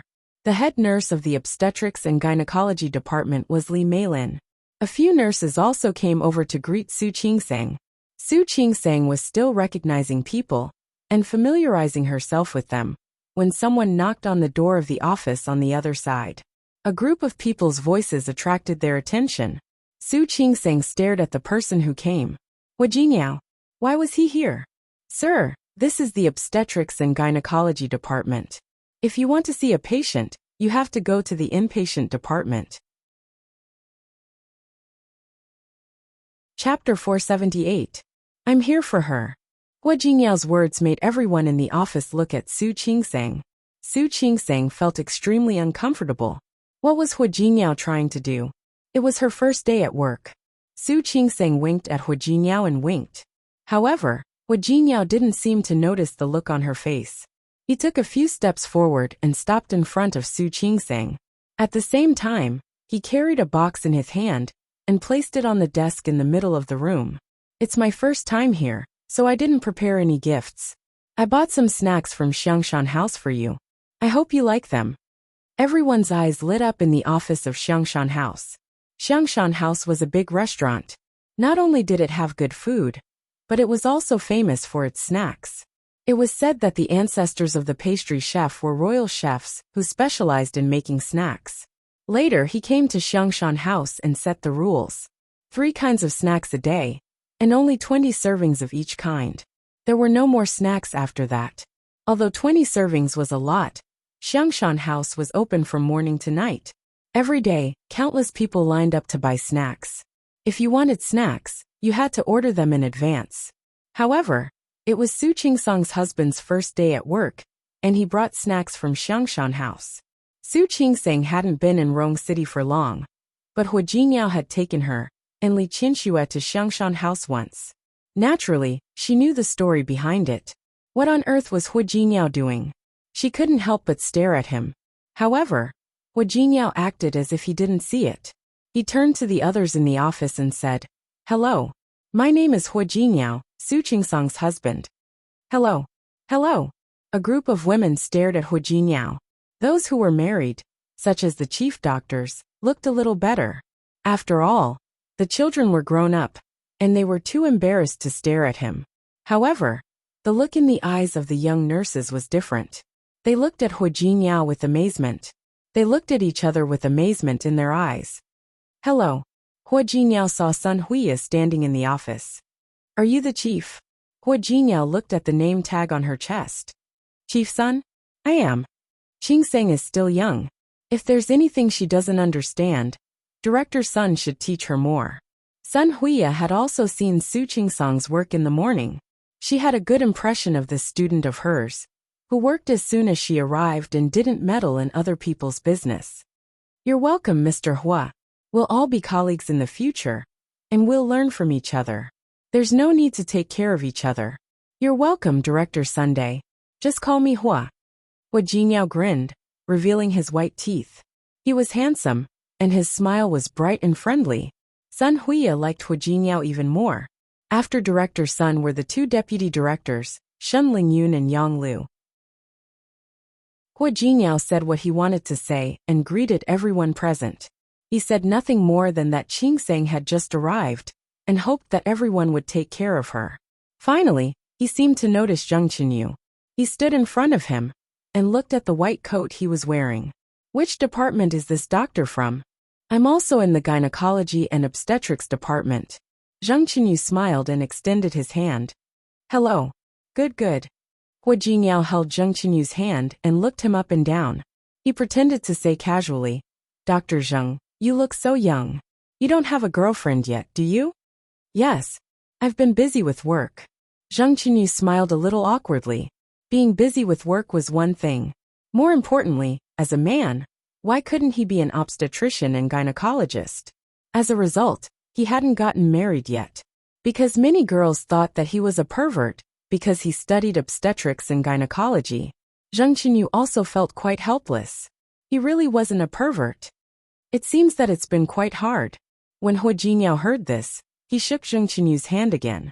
He didn't know if it was his imagination. Zheng Qinyu felt that the smile on Hu Jingyao's face seemed to be fake when he heard that he didn't have a girlfriend. Also, the strength of his hand was really too strong. His hand hurt so much. Illusion, this must be his illusion. Zheng Qinyu didn't hurt for long, and Hu Jingyao let go of him. After this round of greetings, he stood in front of Su Qingsang again. "Wife, haven't you eaten yet?" He smiled brightly, and Su Qingsang could even feel that the way he called her his wife was particularly mushy. Su Qingsang looked at him with a helpless expression. "Yes. We're going to eat." "I see." Hu Jingyao looked disappointed, as if he was a little distressed. "Then you guys go ahead. I thought I could come over and have lunch with you." "Of course you can." If Sun Huiya still couldn't see it by now, she would have lived for so many years in vain. "Anyway, we'll be colleagues in the future.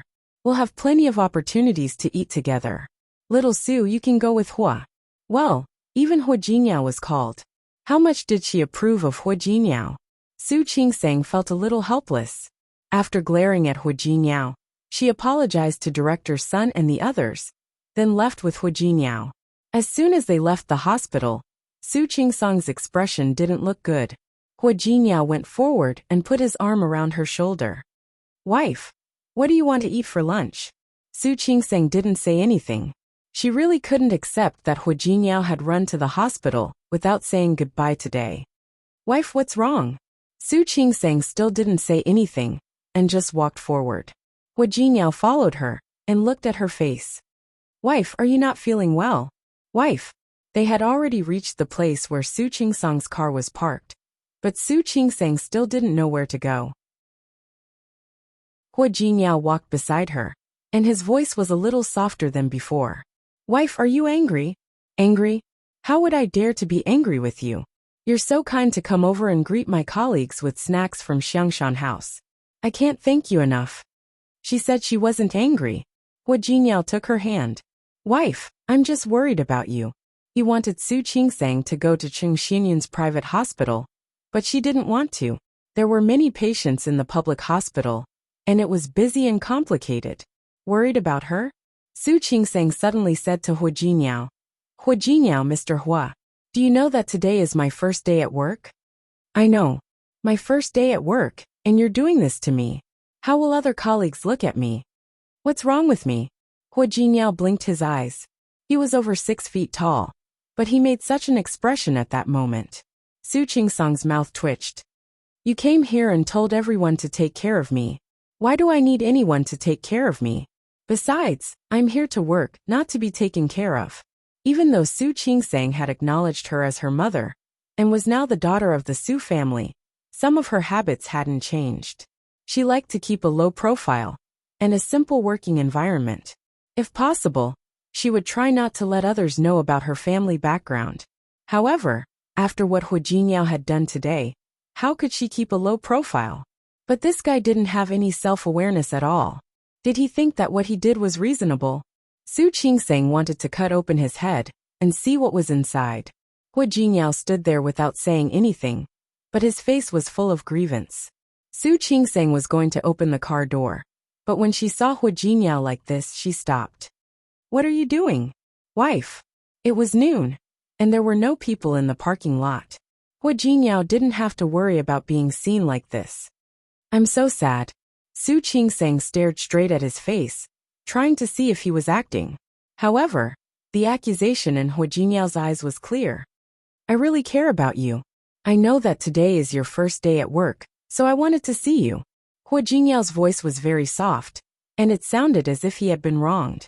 Su Qingsang's lips moved, but she couldn't bring herself to criticize him. She took a step forward and stood in front of him. Okay, I'm not angry. You are. You're angry. I'm really not angry. Su Qingsang raised her voice. Realizing that it wasn't appropriate, she softened her voice. I'm just a little not used to it. Thinking back to when she went to Lin City Hospital to report, she went alone. After so many years, she was used to doing everything alone. Moreover, this work wasn't like going to war. Hu Jingyao really made her feel very uncomfortable. Okay. I'm really not angry. It's just that next time you do this, can you call me first? Let me be prepared.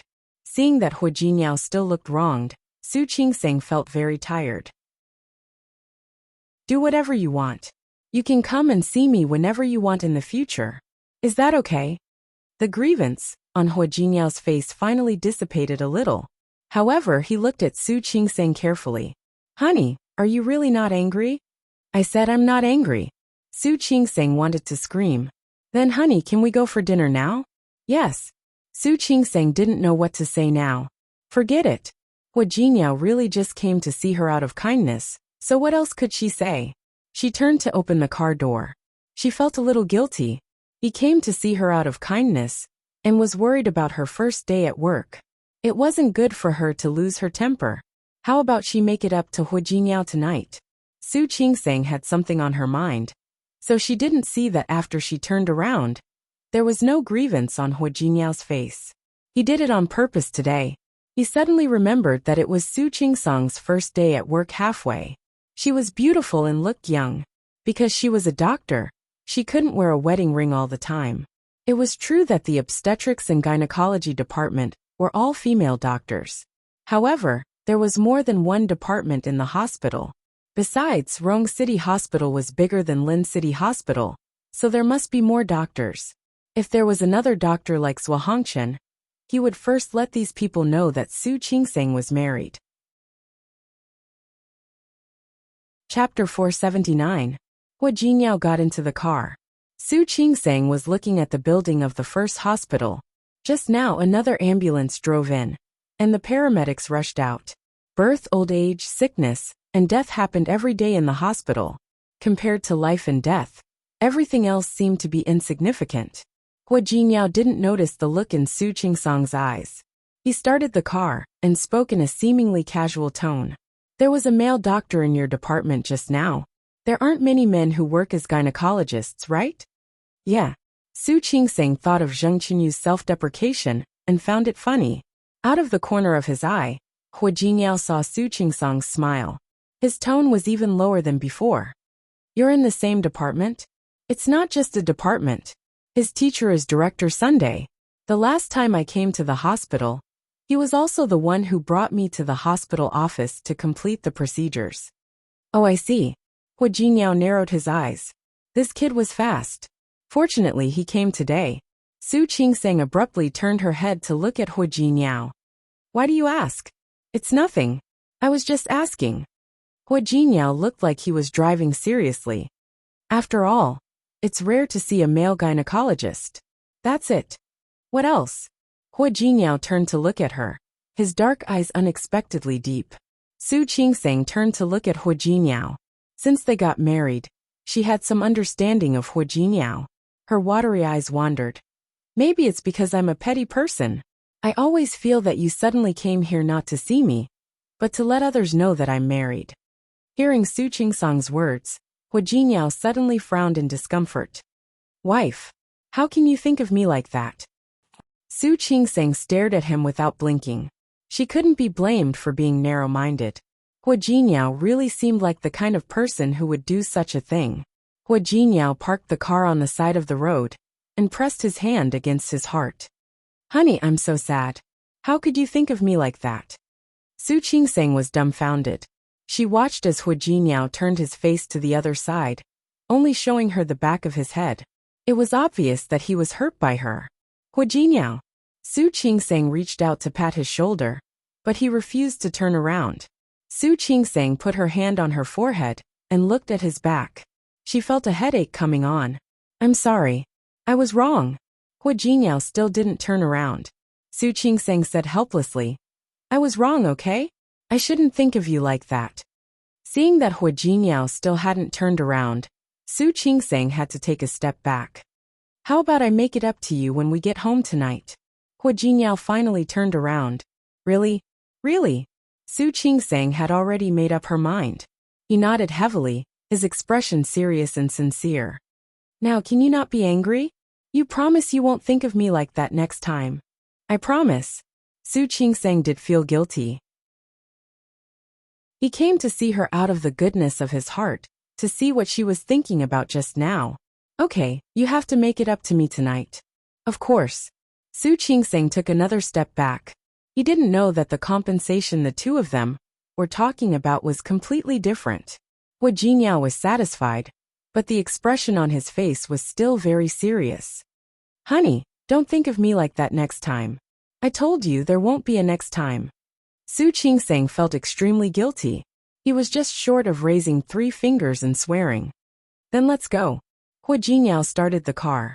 His voice was a little lighter than before. You have to work in the afternoon. Let's just eat something. Su Qingseng nodded. She wasn't particular about food. Her phone happened to ring at that moment.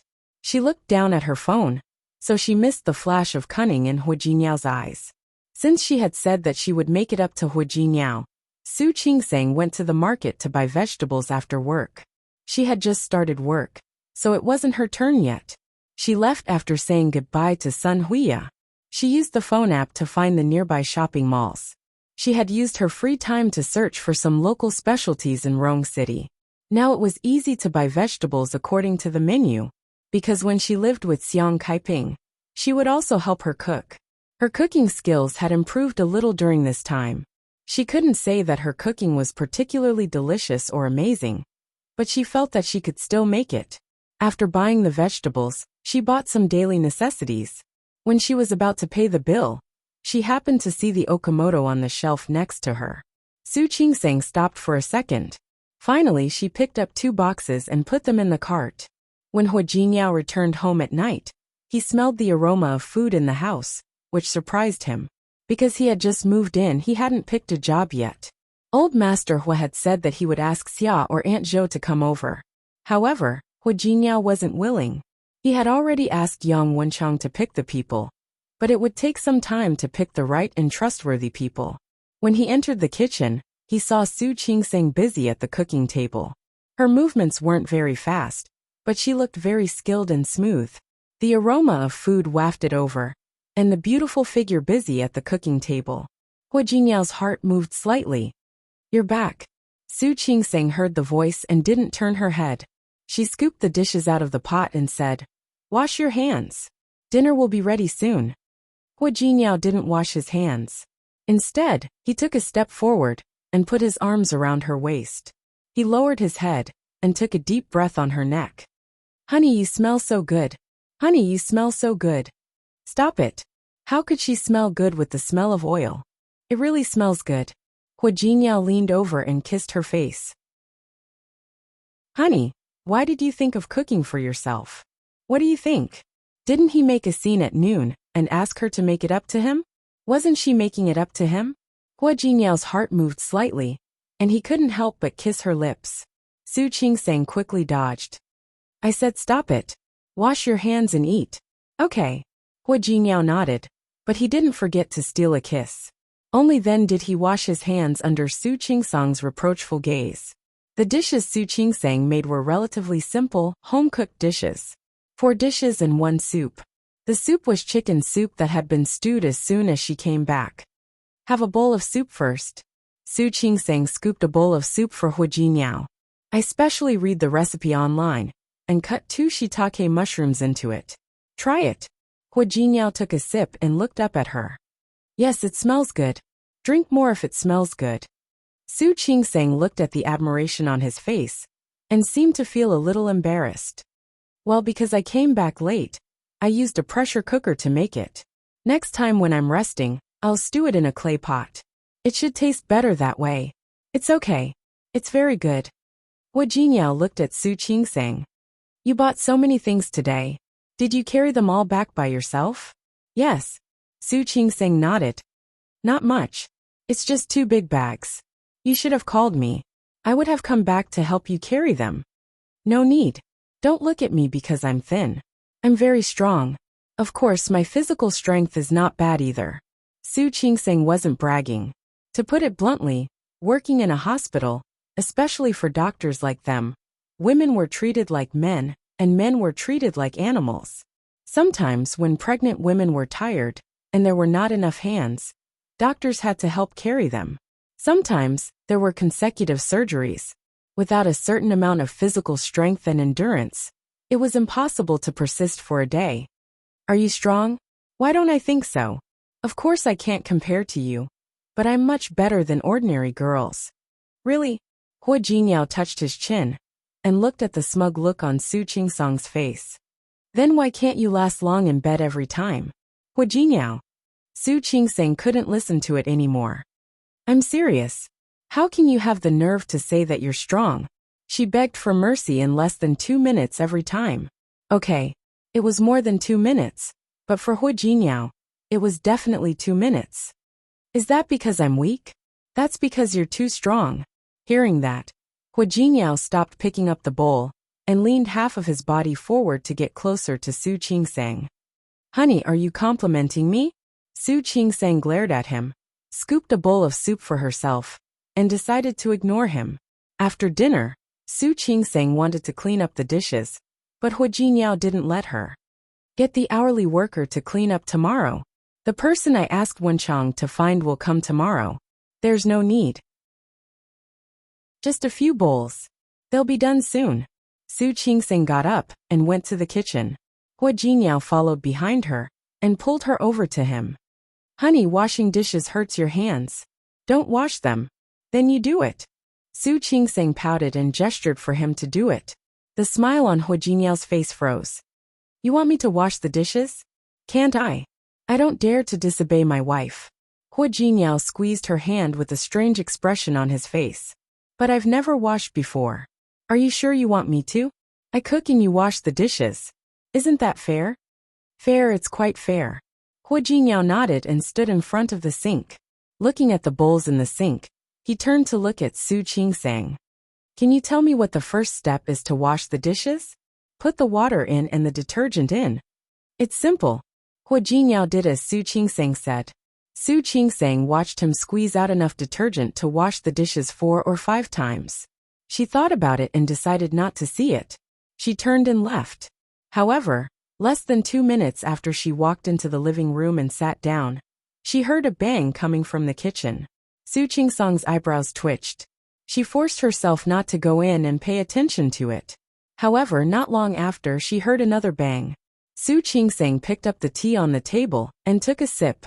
When she heard the third bang, Su Qingsang finally couldn't help but stand up and walk towards the kitchen. Just before she entered the kitchen, she heard another bang. Su Qingsang took a deep breath and tried to adjust her breathing. Chapter 480. So, when Su Qingsang stood at the door of the kitchen, she saw the broken pieces on the floor. Su Qingsang tried her best to look at the innocent Hua Jinyao calmly. Can you tell me what's going on now? Hua Jinyao's hands were still soaked in bubbles. His hands were empty. When he looked at Su Qingsang's face, he felt a little guilty. I don't know. Hua Jinyao blinked and looked like he really didn't know what was going on. I wanted to rinse the water and soak the bubbles. These bowls obviously didn't think so. They seemed to be more willing to run to freedom. Calm down. Su Qingsang's mouth twitched. So it's the bowl's fault, not yours? Of course. Hua Jinyao nodded and looked like she was right. It's really not my fault. Su Qingsang gritted her teeth and forced herself to calm down. She told herself that it was all her fault. She knew that as a young master, he couldn't have done these things. How could he wash the bowls well? Su Qingseng rolled up her sleeves and smiled. Forget it. You can go out. Honey, go out. Although there were only 2 plates left, she didn't want them to be scrapped. Well, why don't we get the hourly worker to do it tomorrow? I said go out. Su Qingseng glared at him fiercely. Hua Jinyao shrank his neck and walked out. Su Qingseng watched him stand outside the kitchen, sweep the broken pieces on the floor with the broom, and dump them into the trash can. When the floor was clean, she washed the remaining 2 plates. She drained all the water in them and rinsed them. Finally, she put the remaining 2 plates and chopsticks into the disinfectant cupboard. While she was doing this, Hua Jinyao stood at the door of the kitchen and watched. Seeing that Su Qingseng had tidied up the kitchen, he felt a little guilty, which was rare for him. Honey, I'm sorry. I really didn't mean it. Don't say it. It was all her fault. She shouldn't have expected Hua Jinyao to wash the dishes. It wasn't something he could do at all. Honey, are you angry? No.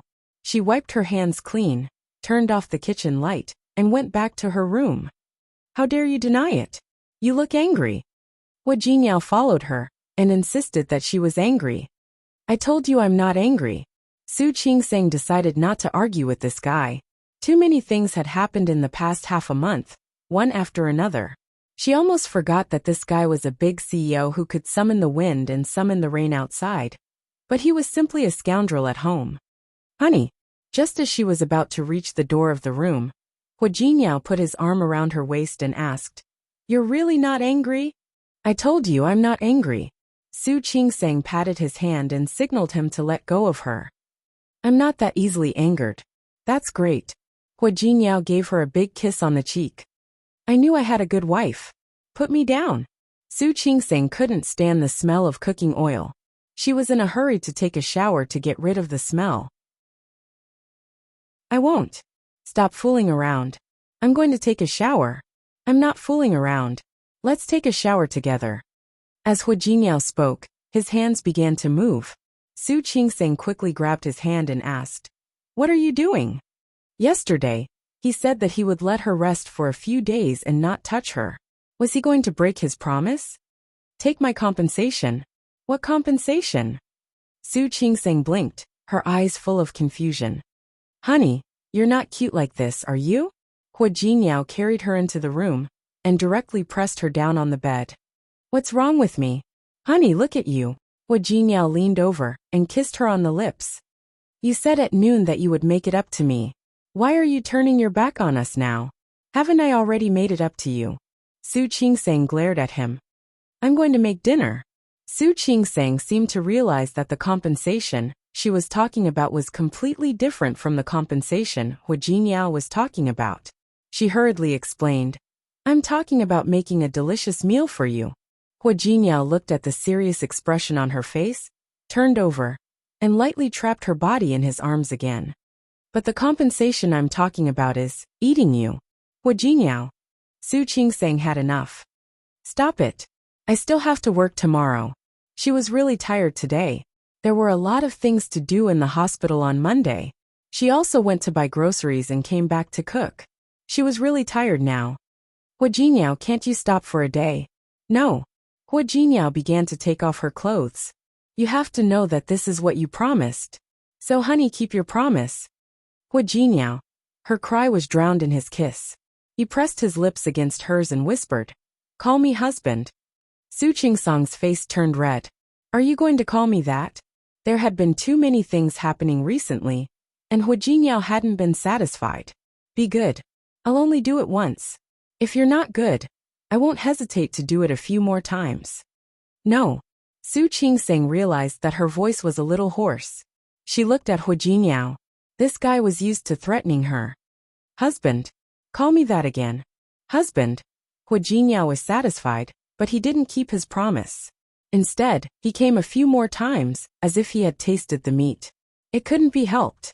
This was the only time Su Qingseng was willing to give in. And only when she gave in would she call him hubby in such a soft tone. He really didn't want to tell her that he was even more excited when she called him husband. It was better not to let her know such a little secret. But did Su Qingsang really not know? Of course not. Su Qingsang checked a pregnant woman's body, wrote a checklist for her, and set up a file for her next prenatal checkup. After a busy morning, Su Qingsang's back was a little weak when she got up. She couldn't help but reach out to rub her back. Dr. Su, are you tired? Li Meilin looked at Su Qingsang with some concern in her eyes. Our hospital is like this. When we're busy, we'll be in a daze. You might not be used to it yet. It's okay. What made Su Qingsang feel tired was not the small things in the hospital, but the torment of Hua Jinyao last night. She was clearly making chicken soup. Why did she feel that Hua Jinyao might have drunk tonic soup? Dr. Su. Li Ting's voice interrupted Su Qingsang's thoughts. She put away the medical records on the table and looked at her. What's wrong? It's embarrassing to say it. I also know that you just came, and it's not your turn to be on duty yet. But, Li Ting looked a little uncomfortable. Can you help me after work tonight? Sure. No problem. Su Qingsang agreed so quickly that Li Ting didn't need to explain the rest. It's my boyfriend's birthday today. Li Ting put her hands together and looked at Su Qingsang gratefully. Thank you so much. You're welcome. It's a small matter. She was only on duty. She had promised Hua Jinyao to have dinner with him tonight, but it seemed that she couldn't do it now. When it was time to get off work, Su Qingsang checked the patients and expectant mothers in the ward again. She went back to the office and planned to eat the takeout she had just ordered. She just sat down and opened the takeout package. Nurse Kulan came to call her. She quickly got up and walked out. The emergency department sent a pregnant woman. Her belly was already very big. She had been hit by a car. Su Qingsang quickened her pace. In the reception room, a pregnant woman was lying there and screaming. A very tall man stood beside her. Su Qingsang immediately went up to examine the pregnant woman. The pregnant woman suddenly grabbed her hand, pointed at the tall man standing beside her, and said, Doctor, have someone keep an eye on him. Don't let him run away. He hit me. It's him. Su Qingsang looked at the pregnant woman who was so agitated and patted her hand. Ma'am, calm down. I'll examine you first. Yes, examine carefully. Don't let this person run away. Su Qingsang nodded and took out a stethoscope from her pocket. The moment she put it on, she glanced at the tall figure behind her from the corner of her eye. Just one look and she was stunned. Wasn't this the police uncle who acted bravely for a just cause last time? When the man noticed her gaze, his expression didn't change, but he stood even straighter. Su Qingsang couldn't help but look at him again because of his action. She reached out and was about to pull the curtain on the edge of the examination bed, but the pregnant woman screamed again. Doctor, you can't pull it up. You can't pull it up. What if he runs away if you pull it up? Su Qingsang frowned. Thinking of the last time this policeman helped to arrest the thief, she instinctively believed that such a person wouldn't do such a thing. When I examine you, I have to lift your clothes. May I ask if he is your husband? The pregnant woman's expression was a little ugly. Then what if he runs away? There are nurses outside. If you are really worried, I can ask the nurses to keep an eye on him. Is that okay? Yes. The pregnant woman agreed. Su Qingsang pulled the curtain and lowered her head to examine the pregnant woman. The pregnant woman kept screaming in pain.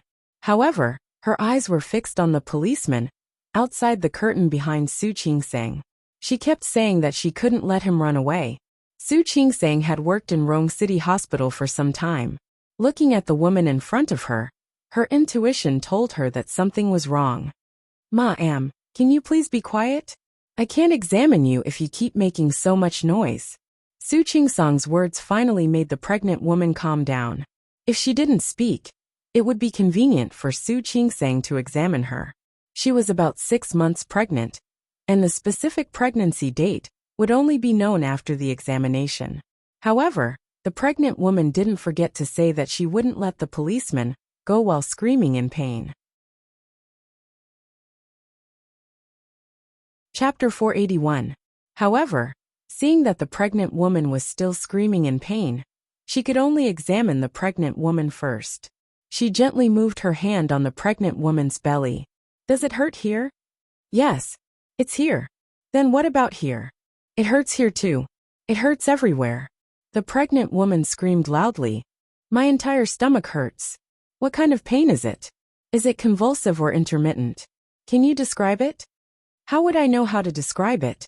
Anyway, I just feel pain. Why does it hurt? That's the doctor's business, right? Do you know how to do it? The pregnant woman's voice didn't interfere with Su Qingsang's judgment. She lowered her head and continued to examine the pregnant woman. Finally, Su Qingsang straightened up and looked at the pregnant woman lying there. Madam, there's nothing wrong with your body. Everything looks normal. Normal? How is that possible? The pregnant woman suddenly sat up. Her movements were very nimble. How can it be normal? I was hit by a car. I was hit by a car he was driving. As she spoke, the woman pulled the hem of her clothes and was about to sit up. Su Qingsang looked at the woman's nimble movements and had an idea in her mind. However, before she could move, the pregnant woman seemed to have thought of something. She didn't get up but grabbed Su Qingsang's hand. Are you a doctor? Do you know how to treat patients? I was hit by a car. How can I be fine? Su Qingsang frowned as she looked at the pregnant woman holding her hand. It was such a spirited voice and holding her hand so hard. It would be strange if there was a problem. Madam, can you let go of me first? I won't let go. What kind of doctor are you? My stomach is hurting now. I was hit by a car and my stomach hurts. How can you say that I'm fine? As the pregnant woman spoke, she didn't let go of Su Qingsang's hand and covered her stomach with one hand. It looked like she was in pain.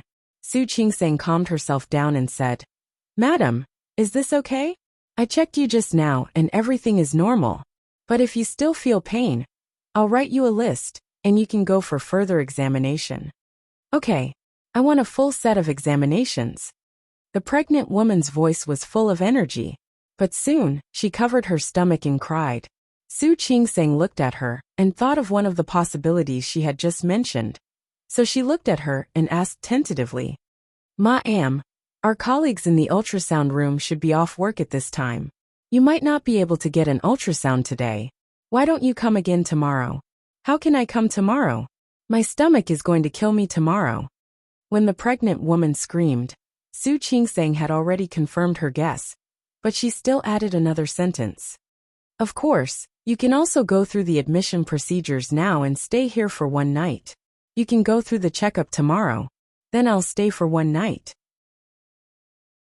What the pregnant woman said confirmed Su Qingsang's guess. She nodded and said, All right, I'll write the admission form for you. I'll ask the nurse to take you to the ward now. Is that okay? I want that person to do it. At this time, the pregnant woman did not forget to point at the tall man outside. He bumped into me. Of course, he has to send me home. He's going to pay for you. You have to pay a deposit if you want to stay in the hospital. Yes. Let him pay the deposit. The pregnant woman was relieved.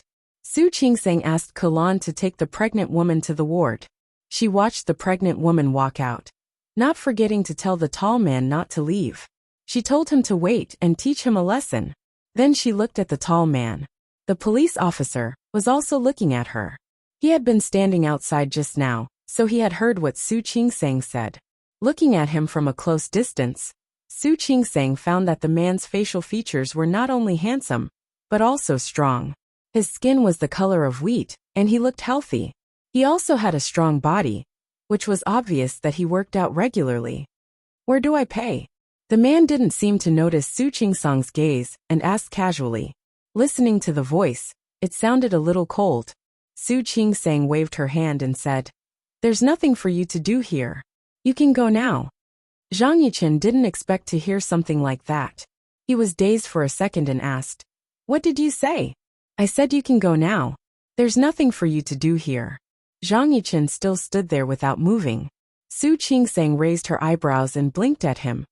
Am I wrong? The one inside isn't trying to blackmail me? Zhang Yichen finally looked at Su Qingsang and asked, How did you know? She screamed so loudly, but the sound of the baby's heart was very strong. She was screaming in pain, but she didn't look nervous at all. If she was really worried about the baby, She wouldn't have the time to ask you for help. She would have cried and begged me to save her baby. Anyway, she probably just wanted to blackmail you. Even if she didn't, she just wanted to take this opportunity to blackmail you. If you don't leave now, are you going to wait for her family to come and ask you for help? Zhang Yichen looked at Su Qingsang with a hint of surprise in his eyes and said seriously, "You're very smart." "You're welcome. It's normal." Su Qingsang made a gesture of invitation. She had a feeling that the pregnant woman would call for help since the man in front of her was such a big man. If she was right, the help should be here soon. "Thank you." Zhang Yichen's car had a dashcam. However, the woman was a pregnant woman, and she was screaming so miserably. He could only choose to send him to the nearest hospital. As for whether the woman was blackmailing him or not, he didn't think too much at the time.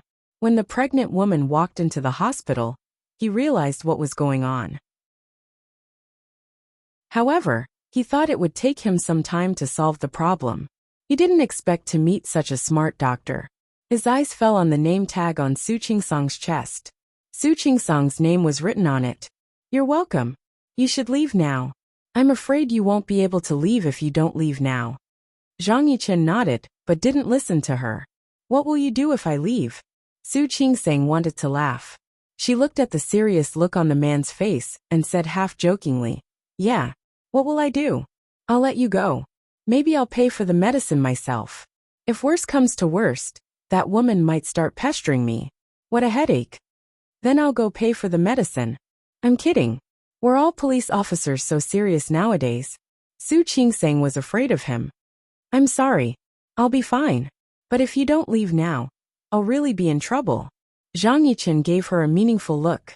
He remembered that he had a mission later, so he nodded to Su Qingsang and left. When he walked to the entrance of the hospital, he saw 3 to 5 men walking in this direction in a hurry. He raised his eyebrows and took a step to the side. He heard the leader of the group say, "Where's that guy? Hurry. I can't let that bastard get away." Zhang Yichen heard Su Qingsang's words, but he was still worried. On the one hand, he was curious about how that woman would solve the problem. He glanced at the time. He had about 15 minutes left, so he decided to follow the men. Su Qingsang had guessed that someone would come to make trouble for her, but she didn't expect it to be so soon. Seeing the fierce look on the leader of the group, she calmly said, "Hello, you're Li Hong's family, right? She's been transferred to the inpatient department." "The inpatient department? She's in the hospital? Is my son okay?" Li Hong's husband asked in a loud voice. Su Qingsang felt her ears hurt. She nodded and said, "My son is fine. We've done a preliminary check, but your wife was worried. Where's that guy?" Li Hong's husband rolled up his sleeves, looking like he was going to get even with someone. "I told him to pay the hospital fee. He should be back soon," Su Qingsang said calmly. Li Hong's husband glanced at the men behind him and said, "Let's go. Go block the way." Su Qingsang stood there without moving. She was worried that one of the men was left behind to guard the hospital. In less than 5 minutes, Li Hong's husband came back with the men. "Where's that guy? Didn't you say he went to pay the hospital fee?" Su Qingsang blinked and looked at the man in shock. "What? He's gone? What should I do?" "I told him to pay the hospital fee." She looked serious, but she felt a little embarrassed.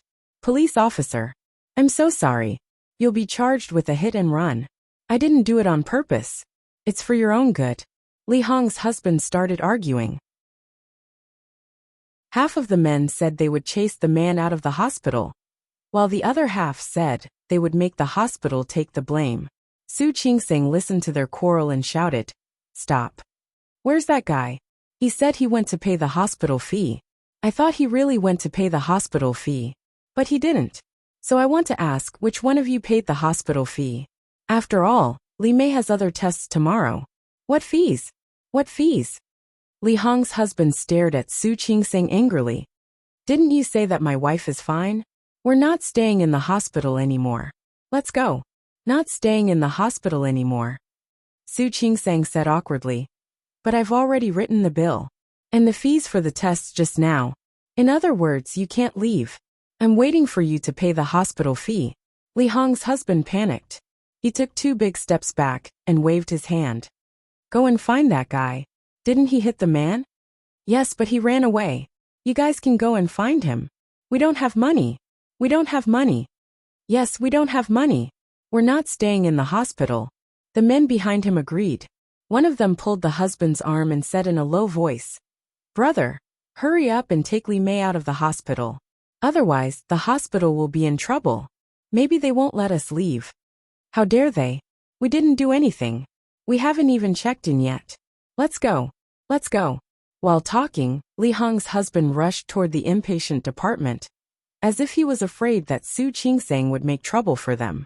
They were going to take Li Hong out of the hospital. Su Qingsang pretended to call after them, but she didn't actually try to catch up with them. After Li Hong's husband and the others left, she couldn't help but laugh out loud. Zhang Yichen had been hiding in the dark, watching everything.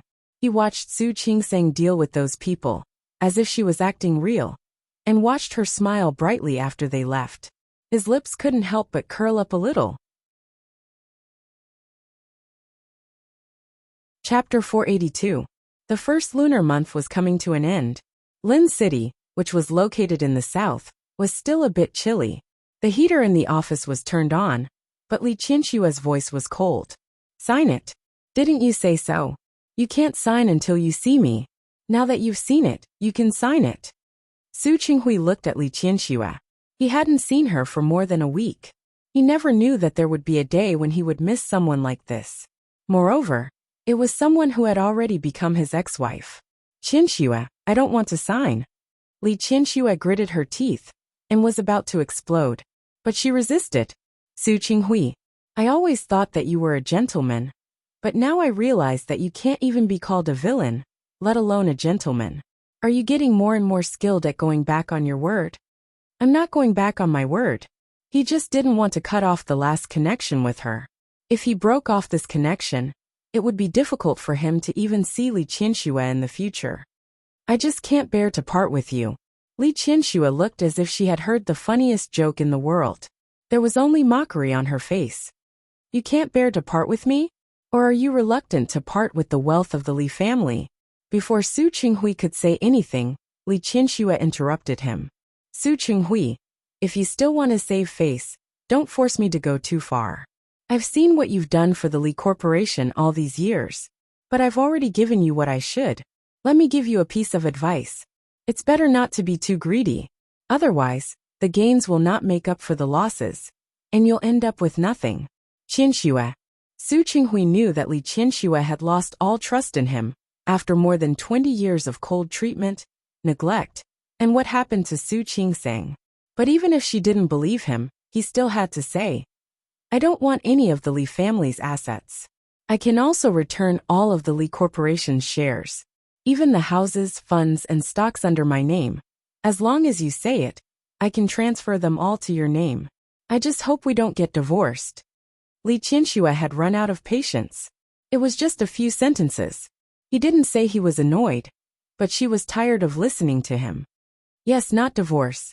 If you don't divorce, you will still be the son-in-law of the Li group. If you don't divorce me, you will still be my husband. Wouldn't that mean you could do whatever you wanted? Su Qinghui, do you really think that I'm still that ignorant little girl from more than 20 years ago? Do you really think that I can do whatever you want just because I love you? I didn't think so. In fact, if he could turn back time, if one day he knew that he would fall in love with Li Qianxue, he would definitely have treated her better back then. She wouldn't have done so many wrong things, causing her to be irredeemable. All right. I don't want to talk nonsense with you. Sign it. Li Qianxue pushed the divorce agreement to Su Qinghui. He sat across the desk from her. For the divorce agreement, she called Su Qinghui several times after she came back, but he refused to sign it. He only said that he would sign it after seeing her. She didn't want to see him, so he came to the company. Li Qianxue felt annoyed and disgusted. She hated herself for being blind back then. How could she fall in love with such a shameless, vulgar man who had no bottom line? Her name was tied to Su Qinghui's for even an hour, let alone one more day. Qianxue. Su Qinghui looked at the agreement in black and white, and felt his eyes begin to sting. Can you give me another chance? How much she had loved him in the past. how much she had fawned over him, how much she had humbled him now. As time passed, the roles between the two of them had been swapped. Give you a chance. What chance? A chance to hurt me? Or a chance to lie to me? Thank you, no need. Su Qinghui, I'm really not that cheap. She had given her all for more than 20 years. For this man, she had even become a mistress. She had also borne the notoriety. She had done things that were out of her character. However, this man had used her love to stab her again and again. Li Qianxue blinked her eyes and suppressed those negative emotions. It's enough for someone to say that I'm cheap once. I won't be cheap a second time. Su Qinghui, I've been cheap in front of you for more than 20 years. Isn't that enough? Qianxue, I didn't. Su Qinghui began to feel uncomfortable because of her words. He wanted to explain, but she didn't give him a chance. You gave me a cold shoulder for more than 20 years, because of Xiang Kaiping. You even asked me to help that woman raise her daughter for more than 20 years. To be honest, I really feel that even if I was cheap back then and accidentally provoked you and forced you to marry me, I owe you. But after so many years, I should have paid off what I owe you, right? It would have been better if she didn't say it. The more she said, the more Su Qinghui felt uncomfortable. Don't say it anymore. Qianxue, I beg you. Don't say it anymore. He knew what he had done better than she did. It was also because of this that he regretted, felt guilty, and blamed himself. Okay, don't say it. Let's get back to business. Sign it. I really don't want to keep arguing with you. It's too boring. Li Qianxue didn't want to bring up the past. She remembered when she got married. She naively thought that she could move Su Qinghui. She stubbornly believed that as long as she was given time, one day she could make Su Qinghui fall in love with her through hard work. But now it seemed that she was too naive.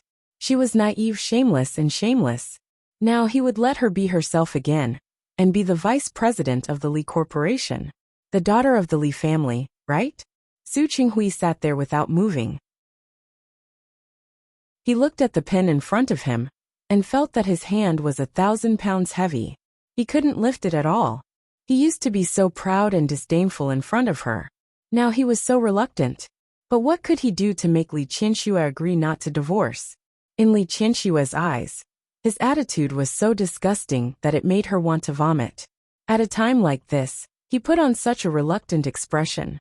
To put it bluntly, he was unwilling to give up the benefits brought by the Li Corporation and the Li family. Those who didn't know better would think that he was very affectionate towards her. It was really enough. Li Qianxue tried her best to control her emotions and not lose control. Looking at the time, another 5 minutes passed, and her last patience was exhausted. Su Qinghui, can you sign it quickly so that we can part ways on good terms? To be honest, if it weren't for Qing Sang persuading me to part ways with you before I came back, I wouldn't have come to see you at all.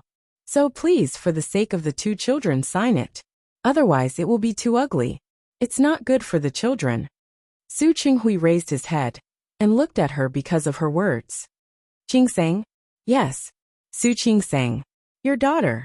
The daughter that you don't value, don't like, and haven't loved for more than 20 years. Thinking of Su Qing Sang, Li Qianxue felt sorry again. Her daughter was so good. Why did Su Qinghui treat her like this? Do you know? You treated Qing Sang so badly, but when I came back, she kept persuading me to talk to you. Don't make it too ugly. Su Qinghui, Qing Sang really treats you as her father. She respects you and takes care of your face. But you? Touch your conscience and ask yourself, what have you done for Qing Sang in the past 20 years?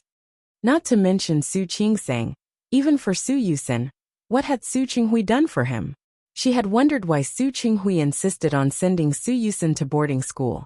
It turned out that he didn't treat them as his own children, and didn't feel sorry for them. Thinking of this, Li Qianxue became even angrier. It would have been fine if Su Qinghui had only been bad to her all these years, but he had also been bad to the 2 children. Especially after Su Peijian was the comparison. She couldn't forgive Su Qinghui even more.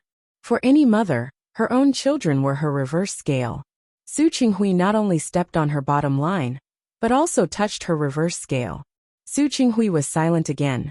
He did feel very sorry for Su Qing Sang, especially when he thought about sending Su Qing Sang to the orphanage, He felt even more guilty.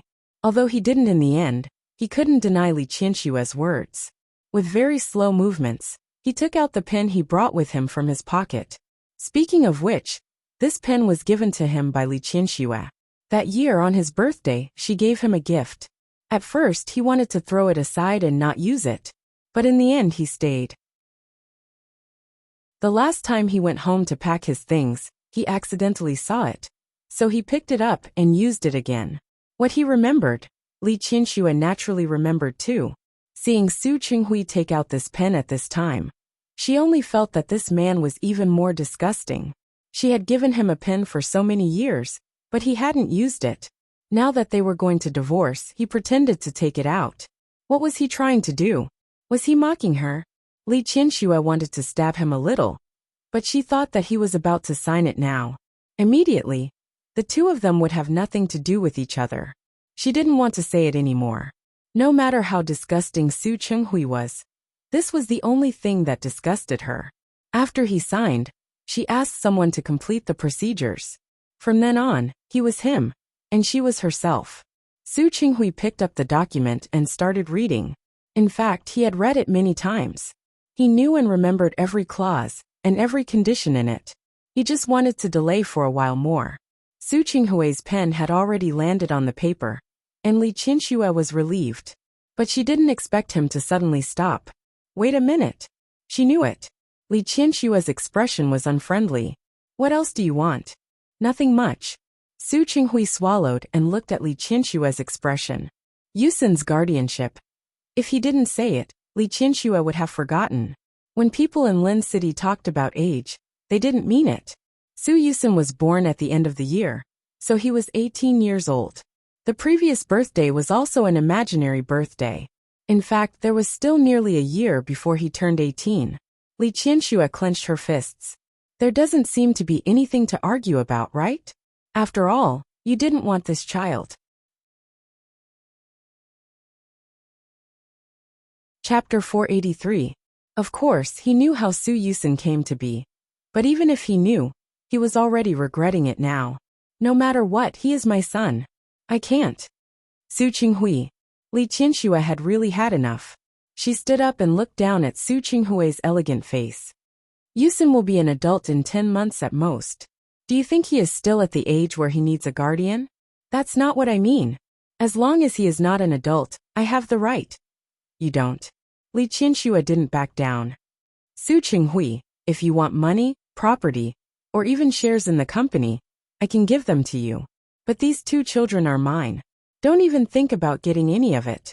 They are also my children. Have you ever treated them as your children? Li Qianxue glared at him. When have you ever treated them as your children? Needless to say, Qingseng was almost sent to an orphanage by you. But what about Yusin? Have you ever seen a family like ours in Lin City that sends their children to live in school? After Su Peijian's background came to light, she had some doubts about those things that she had been a little puzzled about before. Besides, I don't need to remind you how Yusin came to this world, right? Li Qianxue's voice was like a knife, and every word was fatal.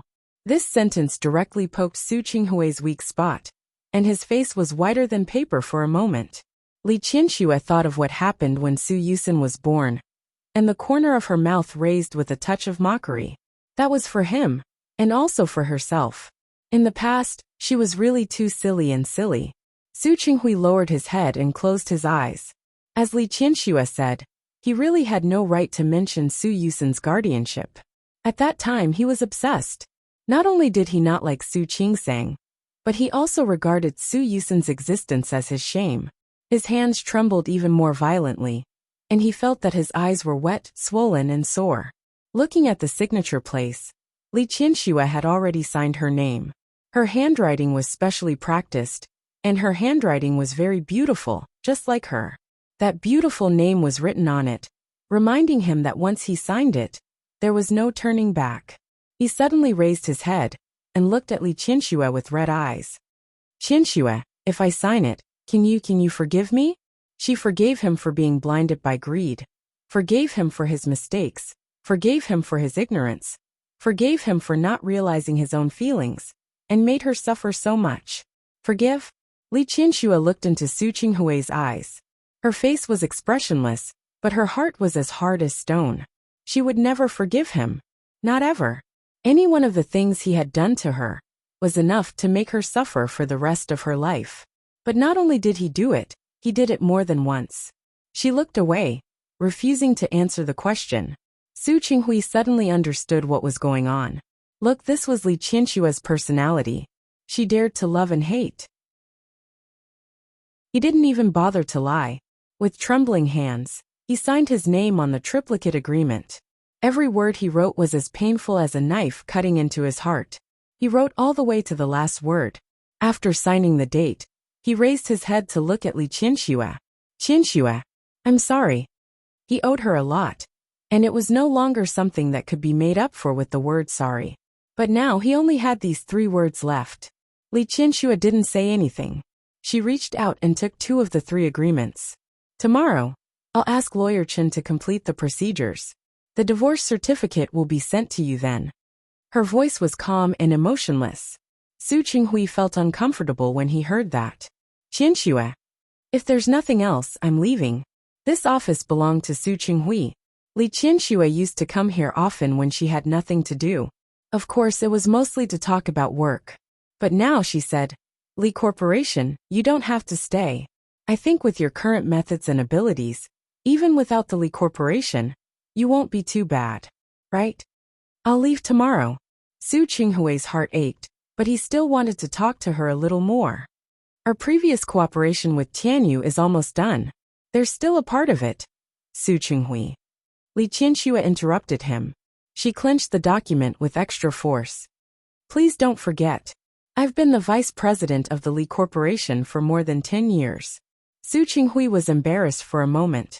He nodded and looked a little uncomfortable. Yes, you've been in this position for more than 10 years. Li Qianxue didn't want to say more and turned to leave. However, Su Qinghui stood in front of her again. Can I go see Yusen? Li Qianxue took a deep breath and looked at him with a sharp gaze. Yusen is your son. I won't stop you from seeing him. Not only Yusen but also Qingsang. I won't stop you from seeing him.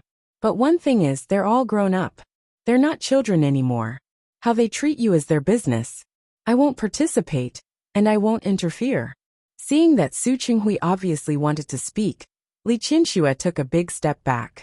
She raised the document and put it between the 2 of them. The resistance on her face was too obvious, and Su Qinghui felt more and more uncomfortable. He thought for a long time. He couldn't say the last word of what he wanted to say. In the end, he could only say, Qianxue, goodbye. If there's a chance, let me see you again. Let's start over. I'll pursue you again. I'll treat you well. Can I? Li Qianxue felt that it was ironic. Su Qinghui was getting older and more pretentious. Su Qinghui, goodbye. She dropped these 5 words lightly. Her goodbye and his goodbye were obviously not the same thing. Li Qianxue turned around and walked out of Su Qinghui's office in her exquisite high heels. The moment the door closed, Li Qianxue's eyes turned red. Goodbye, never again. The tears she had shed for that man, the suffering she had suffered for that man, the foolishness she had made for that man, all of them were goodbye now. She was still young, only in her 40s. She wanted to start over, leave that man behind, and live her own life. When Su Qingsang received Li Qianxue's call, she had just come out of an internship surgery. Why did she say internship? She had just come here and was not familiar with the staff arranged in the operating theater.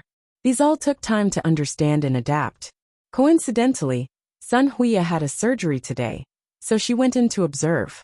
After coming out of the operating theater, Su Qingsang looked at Sun Huiya. Director Sun, your technique just now was really amazing. No wonder when I came here, Teacher Zhang told me to learn more from you. Although Sun Huiya and Zhang Qiubai were classmates, there were many patients in the hospital here, and there were many surgeries arranged. After so many surgeries, her skills were naturally better than Zhang Qiubai's. All right, don't praise me. Old Zhang isn't bad either. Didn't he also teach such an outstanding student like you? Sun Huiya still liked Su Qingsang and was willing to teach her more. If you really praise me, then learn well. This is your world in the future. Okay. Su Qingseng nodded. I'll go take notes now. Seeing Su Qingseng run away, Sun Huya couldn't help but laugh. This child. She had some of old Zhang's diligence back then. She was a good seedling. Su Qingseng was taking notes of today's surgery when Li Qinxue called. Mom? Su Qingseng was a little surprised to receive Li Qinxue's call. They had just spoken on the phone last night. Yes, this was also something that Li Qinxue had to do when she went back. She had to video call every night. Yes. Qingseng, are you at work? Yes. Mom, are you busy right now? Nothing, I just miss you. Su Qingseng looked at her phone and sensitively noticed that Li Qinxue seemed to be a little depressed on the other end of the phone. Then I'll video call you when I get home tonight. Okay, then you go ahead. I'll call you again tonight. Su Qingseng was about to hang up when she suddenly seemed to have thought of something and said, Mom, if something happens, don't think too much. Just think about me. And then think about Yusin. You don't only have me, you also have Yusin. No matter what, they would stand behind Li Qinxue and support her.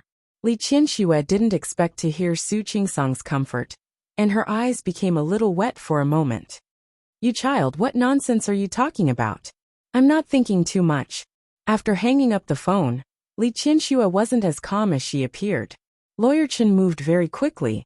She had given him the agreement in the morning, and in the afternoon, he had sent the divorce certificate and some related procedures over. She looked at the dark red divorce certificate in front of her, picked up the red wine on the side, and began to drink. However, after taking 2 sips, her eyes became blurred by tears. No matter how calm she was, to give up a relationship of more than 20 years was enough to make her want to die. It was like digging out the rotten flesh on her heart without anesthesia. It hurt so much, but if she didn't dig it out, the rotten flesh would continue to corrode inside, and she was afraid that it would be even more painful in the future. It was actually quite good like this. At least after this pain, she wouldn't be in pain again in the future. Su Qinghui, after today, she finally broke up with him, and had nothing to do with him from now on. And don't think about affecting me in the slightest.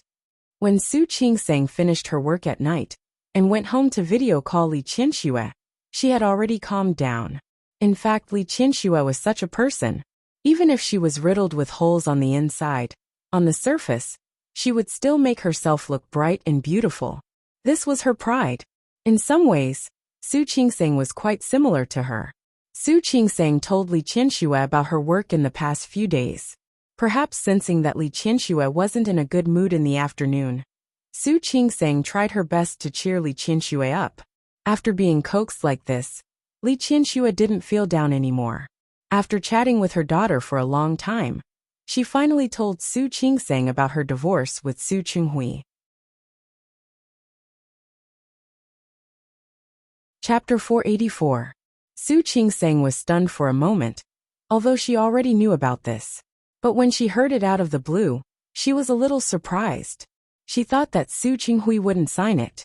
No matter what, Su Qinghui didn't look like someone who would sign a divorce agreement. She still remembered the way Su Qinghui looked at Li Qinxue. At that time, she had a very subtle feeling. Unexpectedly, Dad. Did he agree? Yes. I signed it this morning, and the paperwork will be done this afternoon. Li Qinxue's voice was calm, as if she was talking about someone else's business. Su Qingseng looked at Li Qinxue's face on the screen. She didn't look sad but relieved. He sighed in his heart, for Li Qinxue and for Su Qinghui. It seemed like it was all her misconception earlier. Maybe Su Qinghui didn't love Li Qinxue, but he didn't want to give up his identity as the son-in-law of the Li family. Otherwise, why would he sign it? These are all adult matters. You don't have to think about it. I'm just telling you. After all, even if he divorced me, he would still be your father. Of course, you also have the right to decide how you want to treat him in the future. Li Qinxue didn't think what she said was too much. After all these years, Su Qinghui had never done anything for her 2 children. He only had eyes for Su Peijian. He only had superficial feelings for the remaining 2 children.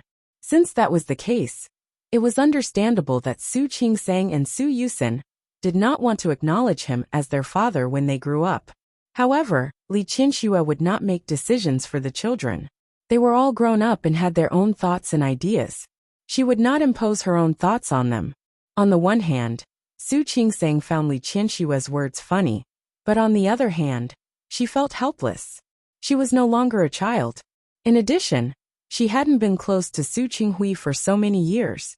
Although she was concerned about Su Qinghui, she wouldn't really dwell on it too much. But Su Yusen was different. Over the past few months, she had gained a better understanding of Su Yusen's personality. He was afraid that Su Yusen would not be able to get over this so easily. Mom, don't worry. No matter what happens between you and Dad, you will always be my mom, and he will always be my dad. Hearing that, Li Qinxue felt both gratified and sad. More than anything else, she hated Su Qinghui. He had done so many wrong things, but look at his children. All of them still cared about the little father-son relationship they had with him. But what about Su Qinghui? Apart from Su Peijian, was there anyone else in his eyes? Su Qingsang comforted Li Qinxue with a few more words. Seeing that Li Qinxue really didn't seem to be in trouble, she ended the call. She put down the phone and heard voices outside. She got up and went out, only to find that Hu Jinyao had returned. You're back. Hu Jinyao had a business meeting that night, so he didn't come home for dinner. Yeah. Hu Jinyao sat down on the sofa and pulled her onto his lap when she approached. Have you eaten? The person Hu Jinyao asked Yang Wenchang to find had arrived today. How's Ms. Yu's cooking? Auntie Yu was a part-time helper that Yang Wenchang had picked out from a dozen or so domestic helpers. It was fine to let Su Qingsang cook once in a while. But how could Hu Jinyao bear to let her cook all the time? Not bad. Su Qingsang nodded and rubbed her face against his chest. Hu Jinyao lowered his head to look at her. He was sensitive enough to notice that her emotions weren't quite right. What's wrong? You don't like her? It has nothing to do with Ms. Yu. Su Qingsang knew that she couldn't hide this matter. Hu Jinyao would find out sooner or later. She told him about Li Qinxue and Su Qinghui's divorce. I didn't expect that my judgment would be wrong. She thought that Su Qinghui had feelings for Li Qinxue. But now it seemed that she had thought too much. Hu Jinyao didn't comment, but he said, Don't be anxious. I think this matter may not be as you think. Su Qingsang shook her head. You may not know my mother well. I've lived with her for so many years. Although I wasn't familiar with her before, there are some things that I can still see. Li Qinshue's personality was extreme. She either loved or hated someone. After signing the contract today, it would be impossible for her and Su Qinghui to be together in the future. Hu Jinyao suddenly reached out and pinched her face. He pinched a little hard, and her face turned red. She was a little annoyed and slapped the back of his hand hard. What are you doing? I said, aren't you tired? Hu Jinyao rubbed her blushing face with his hand. His clear voice sounded a little helpless. You're already an adult, and your brother is also growing up. Even if your parents get divorced, it won't affect you. Don't you think you're worrying too much? Su Qingsang pursed her lips. She didn't feel tired, but she was a little emotional. Hu Jinyao, do you think that people can't make mistakes as long as they're alive? Once a person makes a mistake, there's no chance to redeem it? Hu Jinyao thought of Su Qinghui, and actually felt quite speechless about his father-in-law. That depends on what kind of mistake it is, right? After all, not all mistakes in this world are worth forgiving. Of course, Su Qingsang knew that what he said made sense. But she was still depressed. I don't know what's going on. I didn't think much of it before. But recently, I've started to feel that my father is quite pitiful. There must be something hateful about a pitiful person. Who could he blame for his own actions? Su Qingsang suddenly glared at Hu Jinyao. I think you're quite gloating. Wife. I'm not gloating. I'm sobering up. He held Su Qingsang's hand and said very seriously, think about it. Isn't it a tragedy for a person to live until he knows what's most important to him? If he were a smart person, he would have known what was most important to him earlier. Then, he wouldn't have ended up like he did today. From the son-in-law of the Li family to an ordinary person with nothing, the gap between them was not small. Su Qinghui's biggest mistake was probably that he had never seriously thought about what was most important to him, and what he wanted to keep the most. Su Qingsang understood these principles. But how many people in this world could understand what they wanted from the beginning? Many people often lived in a daze for their whole lives, and still didn't understand what they wanted.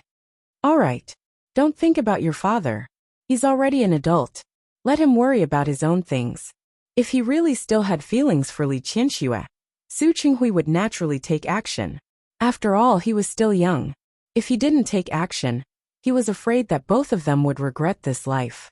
If Su Qinghui didn't have feelings for Li Qianxue, and only wanted the benefits brought by the Li family, and the Li family, then it would be good for them to divorce.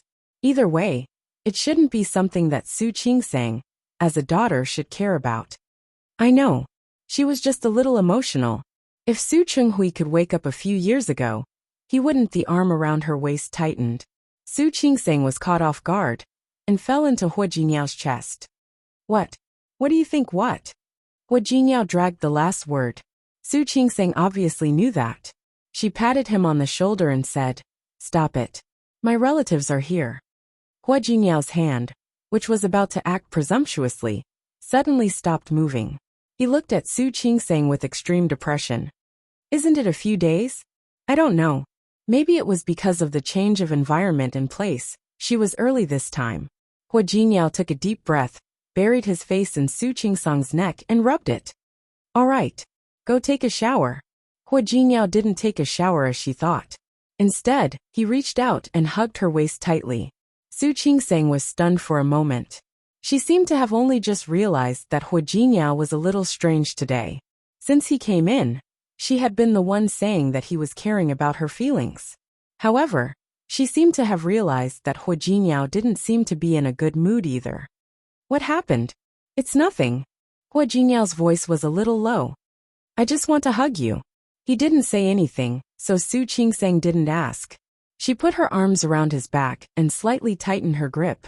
This movement allowed her to hear his extremely regular heartbeat. She put her ear against it and spoke in a very low voice. Hua Jinyao, if you have anything to say, you can tell me. Although I don't know much about the company, I will listen. Okay. Hua Jinyao rubbed his forehead and looked at the serious expression on Su Qingsang's face. He smiled and leaned over to kiss the corner of her lips.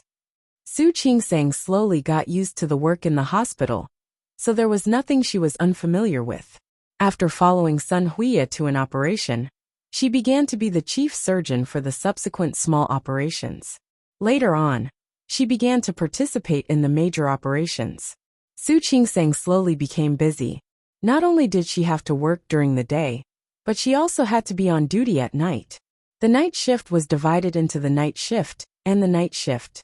The night shift was fine because she could go home after only staying for the first half of the night.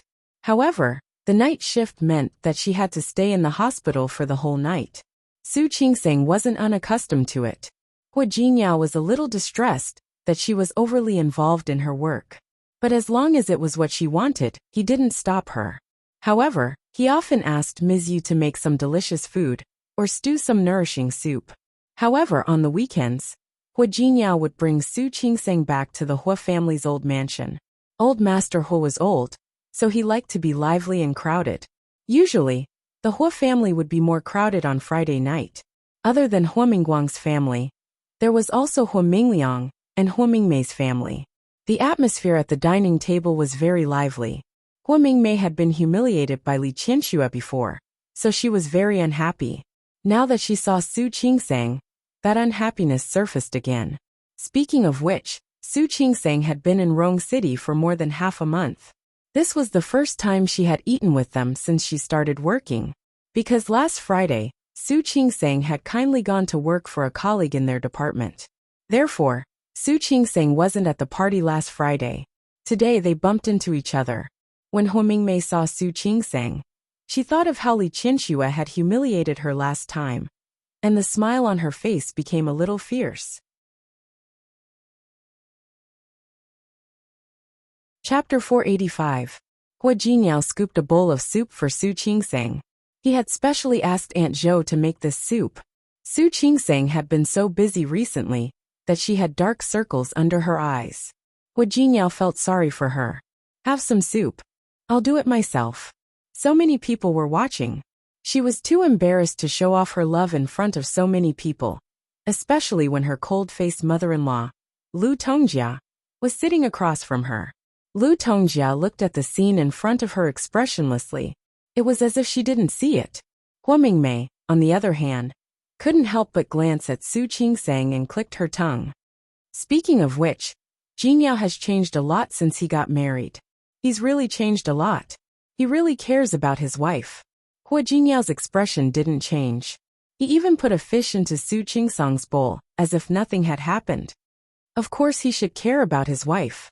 Just like how uncle loves aunt very much, he won't love other women. Isn't that right? Hua Mingmei's expression changed, and she almost slammed the table.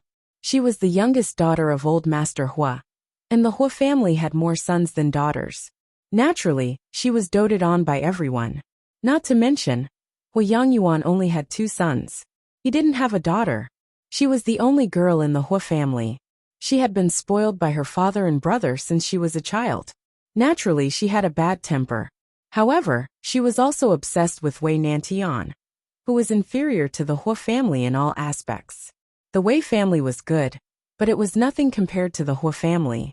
In recent years, because of the Hua family, the Wei family's business had also improved a lot. With this status, they naturally didn't have to worry about other women trying to use this relationship to climb up. 2 years ago, a secretary of Wei Nantian had other ideas.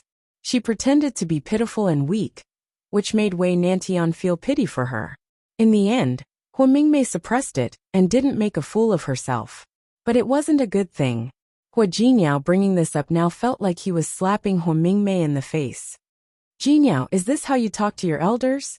Did I say something wrong? Hua Jinyao glanced at Hua Mingmei with an innocent look. Hua Mingmei almost fainted from anger. She turned to Su Qingsang and said, "You're right." He was right. Jinyao was a good kid. In my opinion, the men of the Hua family are all affectionate. It's really a blessing for Qingsang to marry you. Auntie is wrong. I think it's my good fortune to be able to marry her. Hua Jinyao didn't forget to glance at Su Qingsang as he spoke. His eyes were full of love. Hua Mingmei felt her teeth aching. As Hua Mingmei's aunt, there was no reason for her to put down her status and get angry with a junior like this. However, she really couldn't calm down. The Hua family's style was considered strict. From old Master Hua to Hua Mingguang and his brother, there were private disputes, but in matters between men and women, they were very scrupulous. He had chosen his own wife, and he treated his wife with great respect and care. Not only old Master Hua's family, but Hua Yangyuan's family, and even Hua Yangxiu's family were the same. Unfortunately, she was married to Wei Nantian, and Wei Nantian treated her well. At least for the sake of the Hua family, he would respect her. However, no one was as considerate as Hua Mingguang was to Lu Tongjia, or as protective as Hua Jinyao was to Su Qingsang. Not to mention what had happened before. It was inevitable that she couldn't hold her head high in front of her parents. She wanted to say more, but Wei Nantian, who was sitting next to her, began to tug at her sleeve again. When she looked up again, she found that old Master Hua's face was a little gloomy. Hua Mingmei stopped talking. She could show off in the Wei family only because of her parents. If she made old Master Hua unhappy, her good days would come to an end. With that in mind, Hua Mingmei stopped talking about what she had just said. Hua Mingliang, who had been sitting quietly and eating, didn't seem to see what was happening. On the contrary, Hua Yifan and Hua Yang felt that the show was not enough because of Hua Mingmei's weak fighting ability. All right, all of you are blessed. I think you should hurry up and give birth to a chubby boy. Then your grandfather will be happy. It would be a great blessing to have 4 generations under one roof. Old Master Hua liked to hear this. He looked at Su Qingsang and became more and more peaceful. Hua Mingmei felt indignant because old Master Hua obviously valued her. She glanced at Su Qingsang's belly and said, "Su Qingsang and Jinyao have been married for more than half a year, right? Why hasn't there been any news yet? Do you not plan to have children, or?" "Of course I plan to have children." Hua Jinyao immediately saw Su Qingsang's expression change. He gave her a look and turned to face Hua Mingmei. "But every child is a gift from God. It hasn't come yet. Maybe it's not the right time. When it's the right time, it will come. What's more, what he didn't say was that they had only been married for half a year. Many people had been married for more than a year, or even several years, and hadn't had children. Hua Mingmei's lips moved, and old Master Hua glared at her. When he turned to look at Su Qingsang, his expression was still kind. Qingsang, don't feel pressured. Although I want to have great-grandchildren, you don't feel pressured either. Very few elders would say such kind words to their juniors, especially to a family like the Hua family. Hua Mingmei now felt that old Master Hua was really biased. But the more he was like this, the more she couldn't say anything. Hua Yifan slightly narrowed his eyes, as if thinking of something. He lowered his head and didn't say anything. Even though Hua Manzi knew that Su Qingsang was not someone she could afford to offend, she was still a little drunk when she saw that an outsider like her grandfather liked her so much. They felt that old Master Hua was biased, but Su Qingsang felt even more uncomfortable because of his tolerance. Speaking of which, she really didn't plan to have children in a short period of time, but looking at old Master Hua like this, she always felt that she was lying to him, which made her very uncomfortable. This mood lasted until the evening. This week, Su Qingsang had been on duty for a few days, and her period had come. Hua Jinyao hadn't been intimate with her for a few days. As soon as he held her in his arms, he noticed that she was not in a good mood. What's wrong? Su Qingsang looked at him and didn't know what to say. After thinking about it, she told him the truth. Hua Jinyao, why do I feel that I'm a little sorry for Grandpa? Why do you think that? Grandpa is old, and he wants to have great-grandchildren. But now what are you thinking? Don't worry. Grandpa is just saying, if you really don't have children, he won't beat you up. Hua Jinyao. She was serious. She wasn't a person who couldn't tell good from bad. Old Master Hua had been protecting her since she entered the Hua family. Although she hadn't known him for a long time, she knew that old Master Hua truly loved her and Hua Jinyao. However, she lied to old Master Hua, which made her feel very guilty. Hua Jinyao hadn't realized that Su Qingsang was so thoughtful before. Now that he saw it, he actually felt that it was quite fun. I told you, Grandpa really won't mind. Hua Jinyao was afraid that she wouldn't believe him, so he added, Grandpa is not young anymore. His health isn't as good as it used to be, but other than his blood pressure being a little high, he doesn't have any other problems. Don't think too much about it. But, okay, then let me ask you, do you want to have children now? Hua Jinyao looked into her eyes and asked very seriously. Su Qingsang pursed her lips into a straight line, and there was a hint of hesitation on her beautiful face. After struggling for nearly a minute, she shook her head gently. No. Hua Jinyao, don't be angry. Hua Jinyao, don't be angry. I really don't want to have children now. Not to mention that her work had just improved. It was time for her to show off her skills. Even the shadow in her heart hadn't been completely eliminated. If that's the case, then isn't it settled? Hua Jinyao held her waist in his arms, lowered his head, and kissed her face. I've said it before. If you don't want to have children, then don't. This is your right. You don't have to worry about it.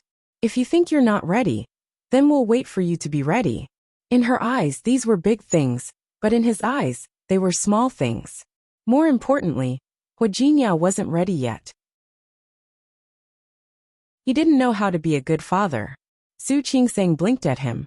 She had always known that Hua Jinyao was handsome, but for the first time, she felt that he was tall and powerful in her heart. He was like a mountain that she could rely on. She couldn't help but raise her head to kiss his lips, and at the same time, she put her hands around his neck. It was an extremely rare experience for Hua Jinyao to have his wife take the initiative. It was also very interesting to let the other party take the initiative occasionally. However, Hua Jinyao wasn't satisfied with this. It was rare for his wife to take the initiative, so of course, he had to take the opportunity to fight for more rights for himself. That night, naturally, was filled with red waves and boundless spring scenery.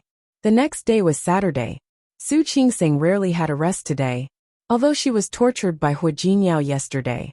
Usually, as long as she was at the Hua family, she would definitely go downstairs to accompany old Master Hua. The weather in Rome City hadn't warmed up yet. Old Master Hua's health wasn't very good, but he still wore a cotton Tai Chi suit and practiced boxing outside. Su Qingsang put on a down jacket and followed him out to stand beside him. Grandpa. Morning. Morning. Old Master Hua was especially pleased to see Su Qingsang. He smiled at her and said, "Why are you wearing so much? How do you practice boxing?" "It's okay. This is a thin style. It can be moved." Su Qingsang gestured 2 movements as she spoke. Old Master Hua smiled and said, "Okay, do it again as I taught you last time. Let me see." "Okay." Su Qingsang didn't hesitate. She moved her limbs and then began to practice. Old Master Hua looked at her and nodded repeatedly. "Not bad, not bad. Although the strength is a little lacking, the movements are correct." "Thank you, Grandpa." As Su Qingsang spoke, she learned the new movements from Old Master Hua. Then Old Master Hua pointed out her shortcomings and said that she didn't have enough strength. Her punches really didn't have much strength. It couldn't be helped. Hua Jinyao's physical strength was too good. It was already her strength that she could get up in the morning. After practicing boxing, she followed Old Master Hua into the house. Aunt Zhou had already prepared breakfast. Su Qingsang and Old Master Hua went to their respective rooms to wash up, and then went downstairs again. However, as soon as she came down, she saw Lu Tongjia sitting there with a cold face. When she saw her, her face became even more gloomy. Su Qingsang was stunned for a moment, and subconsciously looked at Hua Jinyao, who was sitting opposite Lu Tongjia, and had come downstairs earlier than her. Hua Jinyao shook his head at her. Su Qingsang calmed down, and thought that Hua Jinyao meant that it was okay. However, she didn't know that Hua Jinyao also didn't know what Lu Tongjia was going to do. It was cold outside, and the water in the pool was frozen. He wanted to swim in the Hua family's indoor pool. After swimming, he went to the gym for a while. When he came back after a shower, he found Lu Tongjia sitting on the sofa in the living room with a cold face. When she saw him, she asked him to sit down. Therefore, he didn't know what Lu Tongjia wanted to do. He looked at Hua Mingguang, who was sitting next to Lu Tongjia. He seemed to be confused as well. "Mom, if you have something to say, just say it." Hua Jinyao's tone was calm. After all, he hadn't been close to his mother since a long time ago. Today was Saturday, but it didn't mean that he had nothing to do. Lu Tongjia looked upstairs and said, "Don't rush. We have to wait until everyone is here before we talk." As she spoke, she didn't forget to glare at Hua Jinyao. That look really made Hua Jinyao feel uncomfortable. He was about to ask Lu Tongjia what she wanted, but Su Qingsang and Old Master Hua had already come downstairs. "Why are you all sitting here? Don't you want breakfast?" Old Master Hua looked at his daughter-in-law's sullen face and was a little unhappy. It was a weekend, and it was rare for the old man to see his grandchildren and daughter-in-law back. But Lu Tongjia put on such a cold face. Even though he knew that Lu Tongjia didn't come for him, it was enough to make Old Master Hua unhappy. "Dad, breakfast can wait, but I have to make it clear now." As she spoke, Lu Tongjia stood up and walked over to help Old Master Hua. He waved his hand. He wasn't that weak yet. Sitting down on the sofa, Old Master Hua's voice was very soft. "Tell me what's the matter?" Lu Tongjia was about to speak, but when she saw Su Qingsang sitting with Hua Jinyao, the dissatisfaction in her eyes became more intense. However, not only was Old Master Hua looking at her, but even Hua Mingguang was looking at her. He really didn't understand what she wanted to say. "Dad." Lu Tongjia finally turned her eyes back to Old Master Hua. "Speaking of which, I have seen how you have treated Jinyao all these years. I know that you love him the most." This was the truth. As the eldest grandson of the Hua family, Hua Jinyao had been smart and handsome since he was a child. He was especially calm. Ever since he took over the Tianyu group, he had almost never done anything that people would find fault with.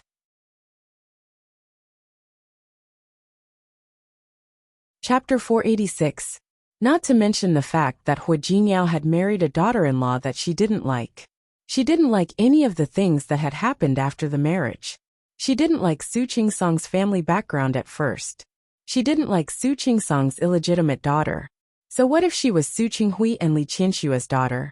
With a father like that, how much scheming could Su Qingseng have done? How many tricks did she use to make Hu Jiniao marry her? Who knew? Lu Tongjia didn't like Su Qingseng because of Hu Jiniao. Lu Tongjia sighed and said helplessly, "Dad, I always said that you spoiled him. You didn't believe me. Now he's getting older, and he's getting more and more out of control." She said all this, but didn't say what Hu Jiniao had done. No matter how patient old Master Hu was, he was running out of patience. Just say it. Don't beat around the bush. Su Qingseng and Hu Jiniao looked at Lu Tongjia. Hu Jiniao's first reaction was that Lu Tongjia was going to make a fuss about Su Qingseng's father. Fortunately, he had told his grandfather about it. He wasn't afraid that his grandfather would be unhappy. Moreover, it was Su Qinghui's doing. What did it have to do with Su Qingseng? Dad. Lu Tongjia thought of what Hu Mingmei had said to her last night, and her lips curled into a mocking smile. Don't feel uncomfortable about what I'm going to say next. Lu Tongjia glanced at Hu Jiniao with dissatisfaction in her eyes. Look at Jiniao. What did you say yesterday? This child is a gift from God. A gift from God. I really thought that he wanted to have a chubby boy to satisfy your wish to have a great-grandson. But now I realize that it's a gift from God. It turns out that he never intended to have a child. Hua Mingguang and Old Master Hu both looked at Hu Jiniao. Hu Jiniao and Su Qingseng were stunned at the same time. They didn't expect Lu Tongjia to say this. Dad. This morning, Xiaojiang went to clean up their room and told me something. I didn't know until now that they were using contraception. Lu Tongjia sneered and stared at Hu Jiniao and Su Qingseng sharply. Is this how you fool your elders? Is this how you treat your grandfather who loves you so much? In fact, even Lu Tongjia, not to mention Old Master Hua. It was one thing to dislike Hu Jiniao, but it was another thing to want a grandson. Many people in Rong City, who were the same age as Hu Jiniao, were already in kindergarten. Unfortunately, the men in their family all married late. Hu Jiniao got married at the age of 30, which was not early, but he was good. On one hand, you want your grandfather to have a great-grandchild, but on the other hand, you don't want to get pregnant or have children at all. What is this? Outwardly agreeing, but inwardly opposing. That was why Lu Tongjia didn't like him. One set to the front, and another set to the back. Thinking of what he had done in the past, her voice became even colder. If you really don't want to give birth, just say so. Why would he lie to us? Lu Tongjia's voice wasn't very loud. Considering that there were servants working in the kitchen and outside, her voice was very soft. However, everyone in the living room could hear her clearly. Old Master Hu's face darkened. Hua Mingguang also looked at Hu Jiniao, his eyes full of disapproval. Sitting there, Su Qingseng felt very uncomfortable being stared at by the elders. She didn't expect that Lu Tongjia would know about it. She already felt a little guilty about Old Master Hua. And now she didn't know what to say. Feeling guilty, she was a little stiff and uncomfortable. Hu Jiniao secretly squeezed her palm to reassure her. How could Su Qingseng not be worried? She looked at him again, and Hu Jiniao squeezed her palm again. Their actions didn't escape Lu Tongjia's eyes. Seeing this scene, she only felt the anger in her heart grow. Hu Jiniao didn't expect Lu Tongjia to talk about this. Looking at the blame in the eyes of the three elders, he pursed his lips. I don't want to have children, because I'm not ready to be a father. You're not ready to be a father? Lu Tongjia chuckled. Are you not ready, or is she not ready? I'm not ready. Hu Jiniao didn't mind letting Lu Tongjia know. Mom, it's my decision not to have children. You don't have to drag Qingseng into this. Did I drag her into this? Did he think she was blind? Couldn't she see the little action between the two of them just now? I said it was my decision not to have children. Hu Jiniao didn't look good, and Lu Tongjia looked even worse. Okay. She nodded and looked at Hu Jiniao's protective face. You said you didn't want children. But what did you tell your grandfather yesterday? Old Master Hu sat there without saying a word. He was old, and he didn't know when he would pass away. Back then, his wife looked very healthy, but who knew that she would pass away so suddenly? He thought that his body was healthy. However, old people really didn't know how much time they had left. Hu Jiniao wanted to get married a few years ago. Finally he got married, so he naturally hoped that he could have children soon. Fortunately, he could see the fourth generation of the Hua family before he closed his eyes. However, he didn't expect Hua Jingyao to do such a thing. Not only did old Master Hua look serious, but Hua Mingguang also looked a little unhappy because of what Hua Jingyao had done. He could say that he didn't want to have children, but he did such a little thing behind his back. Is it because in your hearts, we are the kind of rude and unreasonable parents? Unreasonable? Lu Tongjia said coldly. She was obviously very disappointed with their behavior. You are the younger generation. If you have anything to say, you can talk to the elders. But you? This time, Hua Jingyao didn't say anything, and Su Qingsang also lowered her head and didn't speak. In fact, although Lu Tongjia's tone wasn't very good, what she said was indeed reasonable.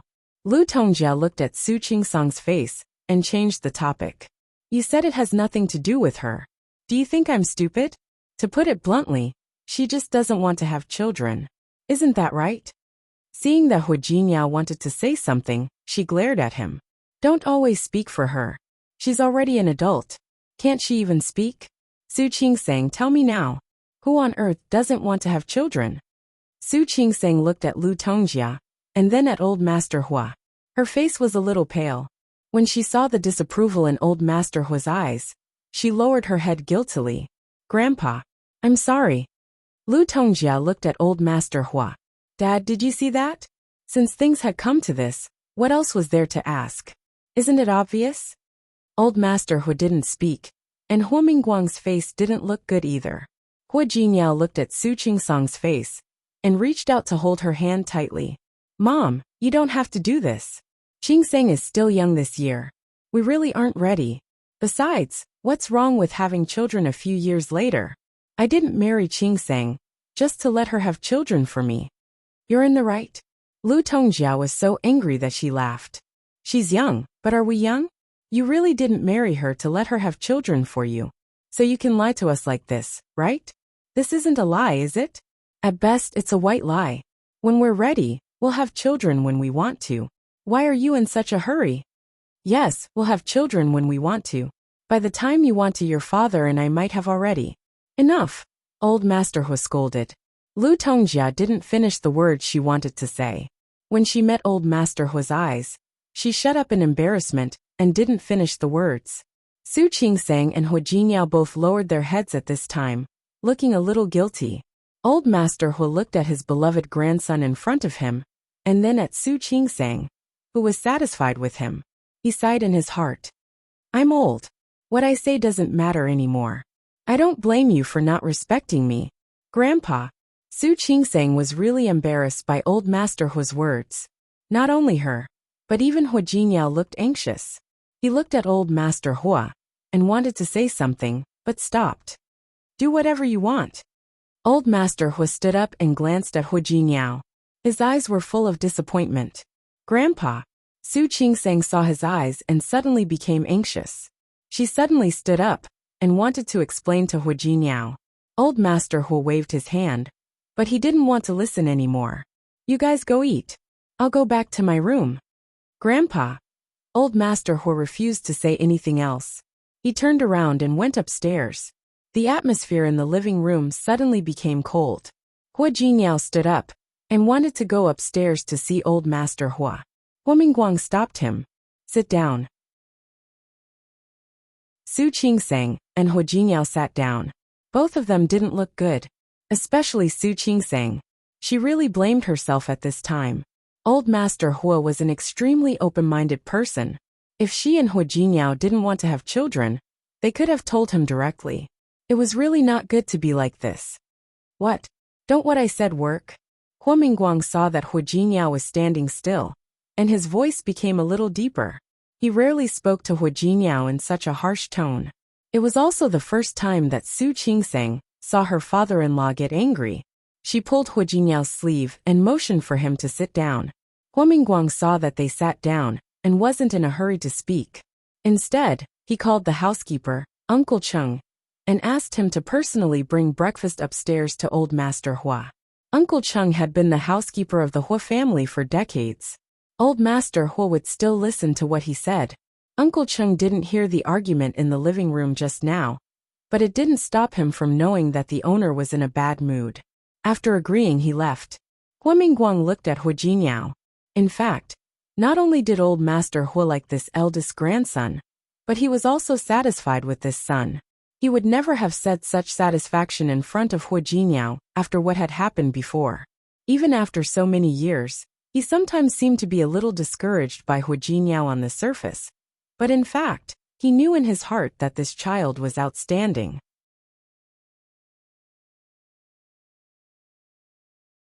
Chapter 487. I always thought you were sensible. Hua Mingguang's tone wasn't harsh, but he sounded disappointed. The mistake he made when he was young could be said to be, because he was young and insensible. But now he was an adult. A 30-year-old person should be able to understand things, right?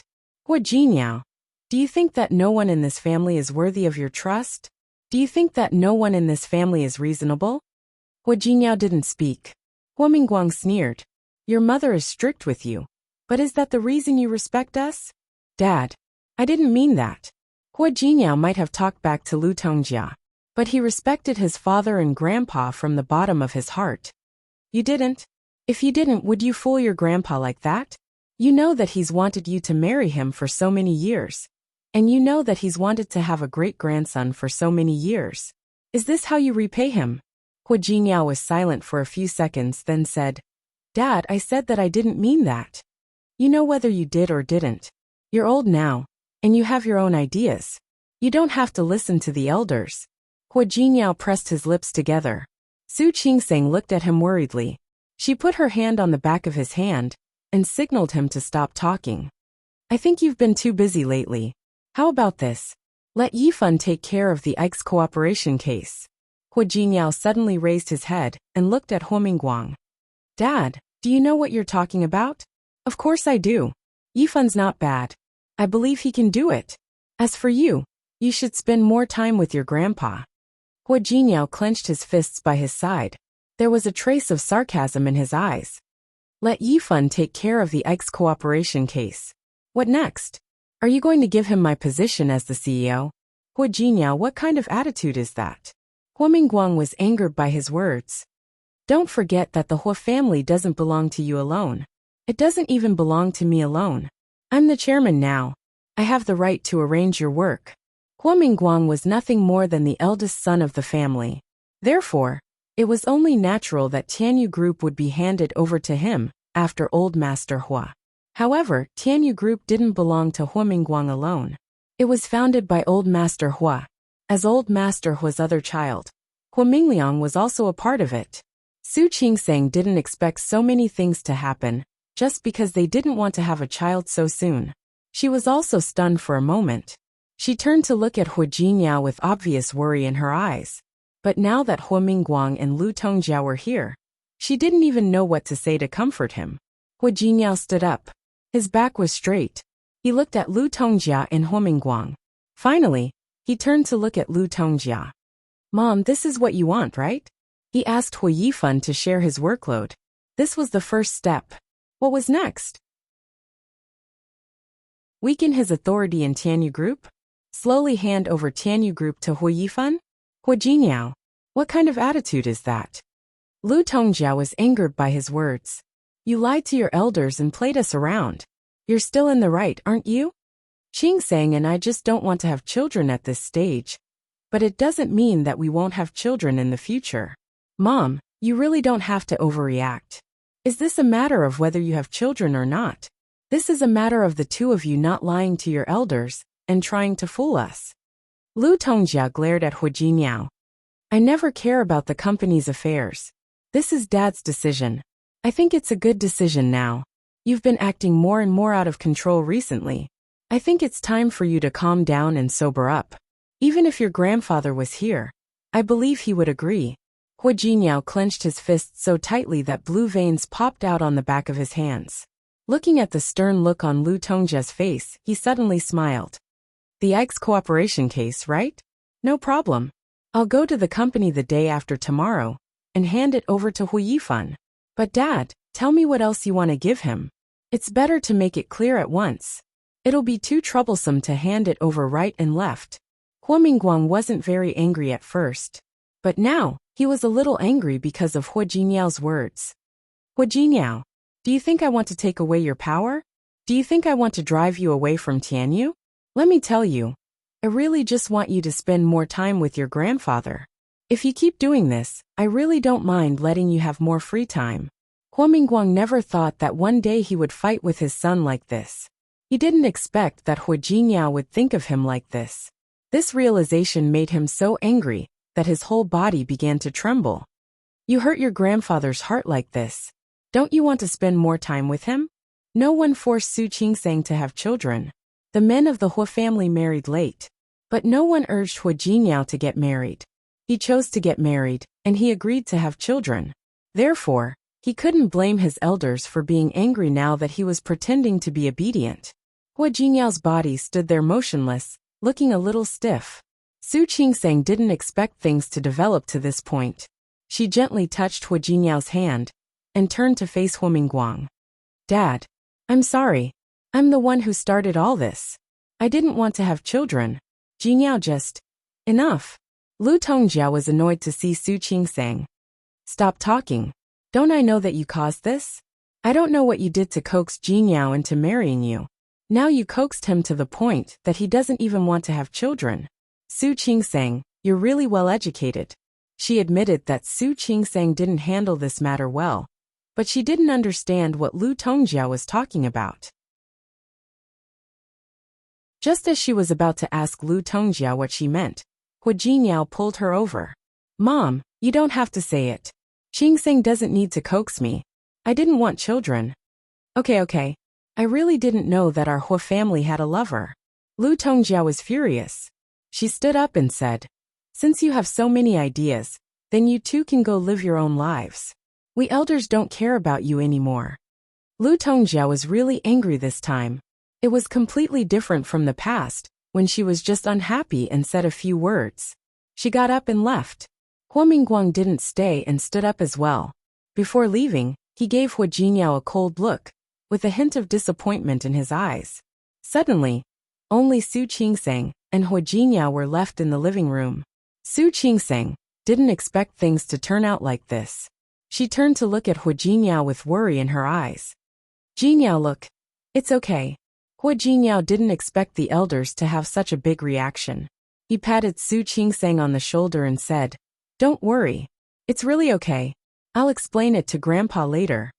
Old Master Hua wasn't an unreasonable person. It was always okay to explain it to him. Su Qingsang bit her lip, feeling that it wouldn't be so easy to get over it. Hua Jinyao raised his hand and gently flicked her forehead. That's enough. Leave it to me. You don't have to worry about it. Hua Jinyao, should I tell Grandpa myself? You tell him yourself. Do you want to have a baby now? Su Qingsang blinked her eyes and finally shook her head firmly. Then it's settled. Don't worry. Leave it to me. I'll take care of it. Su Qingsang didn't mention it again after he said that. Hua Jinyao and Su Qingsang were the only ones eating breakfast that day. It was a lot quieter. After breakfast, Hua Jinyao went upstairs to talk to Old Master Hua. Su Qingsang didn't know what he said, but Old Master Hua went downstairs for lunch. Although he didn't look very good, at least he didn't look as bad as he did in the morning. Su Qingsang wanted to say something to Old Master Hua several times, but in the end she didn't. The atmosphere in the Hua family was still a bit depressing that weekend. Su Qingsang thought about it for a day, and decided to let it go. Some things would take their natural course. As for the baby, she would wait until she was ready to have another one. On one side of Hua Jinyao's office stood a small team of people who worked with him. They were the employees in charge of Ike's this time. On the other side stood Hua Yifan. He looked at Hua Jinyao, who was sitting behind the desk. His face was calm, but deep in his eyes, there was a trace of excitement and joy. Brother. Hua Yifan didn't call him president but brother. He did that on purpose today. I heard from Uncle that you are going to hand over the Ike's case to me? Yes. Hua Jinyao saw the smug look in Hua Yifan's eyes, but he didn't argue with him. He turned to look at the people standing on the other side. These are the people in charge this time. They have prepared the documents and information. I will leave the rest to you. If you are not used to these people, you can change them to someone you want. Brother, you are too kind. Hui Yifan smiled. The people you trained are naturally good. I am very relieved. Hui Jingyao didn't say anything. He gave the project manager a look. He nodded and turned to Hui Yifan. Vice President Hua, let's talk in your office. Okay. Hui Yifan nodded. When he turned to look at Hui Jingyao, the smile on his face faded a little. Brother, I will leave now. I will talk to you if there is anything else. Since Dad said to leave it to you, you can be in charge. You don't have to talk to me anymore. Okay. I know what to do. After saying that, Hui Yifan left Hui Jinyao's office with the group of people. As soon as they left, Yang Wenchang came in immediately. He looked at Hui Jinyao with some worry in his eyes. President Hua, Hui Jinyao had said a long time ago that he would follow up with Ikes, and it was about to be settled.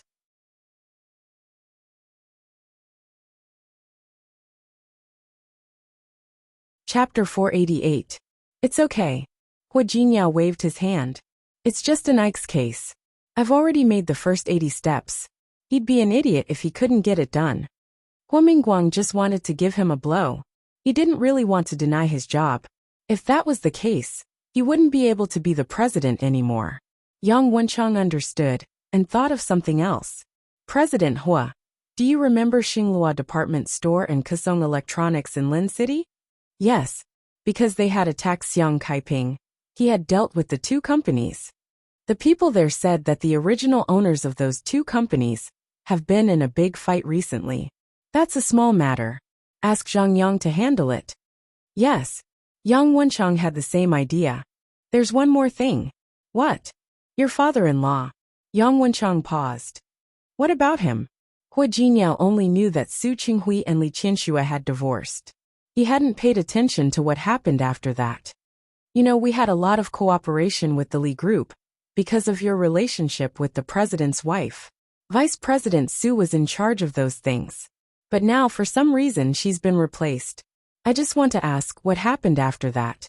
Yang Wenchang had been called back by Hui Jinyao to deal with something. In addition, he had been running errands for Xiang Kaiping. So he didn't know that Su Qingsang was Li Qianshue's daughter. Su Qingsang was the illegitimate daughter of the Su family and didn't have a good relationship with Li Qianxue. Su Qinghui didn't want it anymore. Does that mean that we can change some of the terms of our cooperation in the future? No need. We'll stick to the previous agreement. Thinking of this, Hui Jinyao remembered that he forgot to tell Yang Wenchang about Su Qingsang. He briefly told him about Su Qingsang. Looking at Yang Wenchang's shocked face, Hui Jinyao thought of Li Qianshue's reaction after she recognized Su Qingsang. Remember, we'll be working with the Li Group for a long time. Therefore, the cooperation with the Li Corporation should be based on the original terms. Cooperation was a win-win situation. It would be best if everyone could be happy. Yes, I got it. Hearing this, Yang Wenchang understood. Looking at Hui Jinyao's attitude, he knew how to treat Li Qianxue and the Li Group in the future. Su Qingsang had lunch with Li Ting at noon. She had helped Li Ting on duty twice last time. Li Ting had offered to help her, but Su Qingsang didn't think it was necessary. Li Ting was embarrassed and offered to treat her to a meal. Su Qingsang was not pretentious. She was here to build a good relationship with her colleagues. After eating with Li Ting, she wanted to take a walk to digest the food. Li Ting received a call from her boyfriend halfway. She and her boyfriend were still in a relationship, and they would call each other every morning, noon and night. Su Qingsang saw the sweetness on her face, and there was a hint of envy in her eyes. She married Hui Jinyao directly, skipping the so-called passionate love period. When she was separated from Hui Jinyao, the two of them would talk and video chat every night, but they had never called each other 3 times a day like Li Ting did. Did she like Hui Jinyao? There was no doubt that he liked it. There was no doubt about that. Did she love him? She also loved him, but she always felt that this love was lacking something. But she didn't know what it was. She thought that it didn't matter.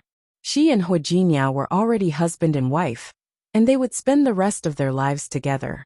She would slowly give more of her heart to him, and slowly make herself love him more and more. She thought that it wasn't difficult.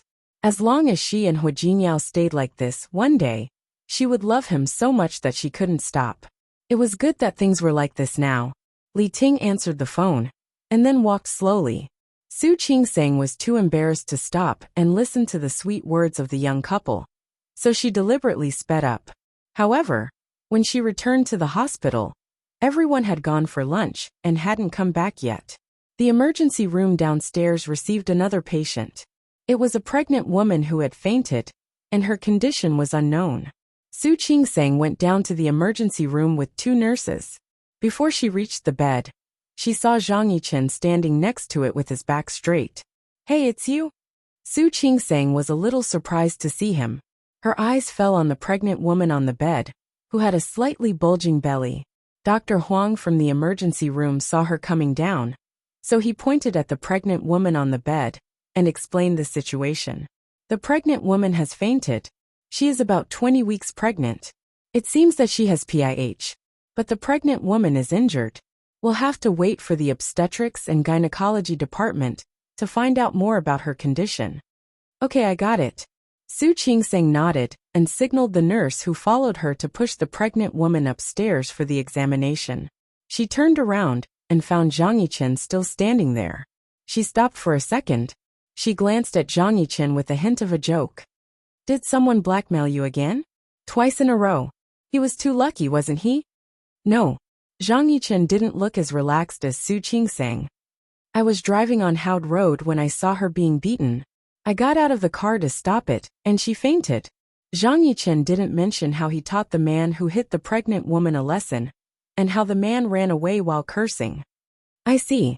Su Qingsang remembered that Dr. Huang had said that the pregnant woman was injured. "Okay, I got it. You can go back now. We'll take care of the rest. Are you going to tell her husband to come?" Su Qingsang nodded. "If not her husband, who? It seems that the man who hit her is her husband." Zhang Yichen didn't mind telling her the situation. In fact, he heard it when he got out of the car. The man saw him and tried to stop him, but said, "I hit my wife. It's none of your business." Su Qingsang's expression became more serious. Okay, I got it. How about this? If there are injuries and it's confirmed that her husband hit her, we'll help her call the Women's Rescue Center. Or if she needs help, we can help her call the police. Okay. Su Qingsang looked at Zhang Yichen's face, which obviously didn't relax. "Are you from Rong City?" "No. What's wrong?" "I want to say that if you are from Rong City, they should give you a Good Samaritan Award." Su Qingsang thought that he should be given a Good Samaritan Award.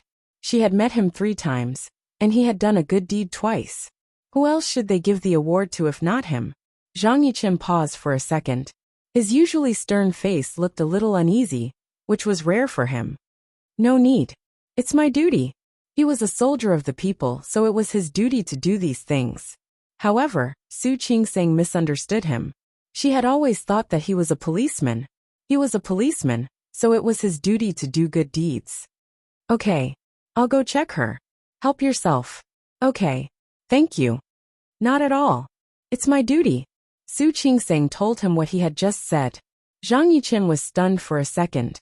Looking at Su Qingsang's back, a faint smile appeared on his face again. Su Peijian looked at the office in front of her, dissatisfied. This office was much smaller than her one in the Li group. She thought about Xiang Caiping's villa and this office. She really thought that Xiang Caiping was stingy. Speaking of which, she had been with Xiang Caiping for nearly half a month. Finally, Xiang Caiping let her manage the 2 supermarket chains under her name. Su Peijian thought so, but she didn't know that Xiang Caiping let her rest for a while before bringing her here, because she didn't want her to be too tired. Previously, Xiang Caiping thought that she was old and wanted to go to Lin City to find her daughter. The 2 supermarkets were managed by professional managers, and she was only responsible for collecting dividends.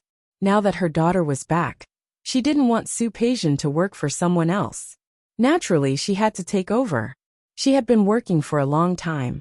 Last week, Xiang Caiping brought her here and introduced her to some of the old employees who had worked hard with Xiang Caiping.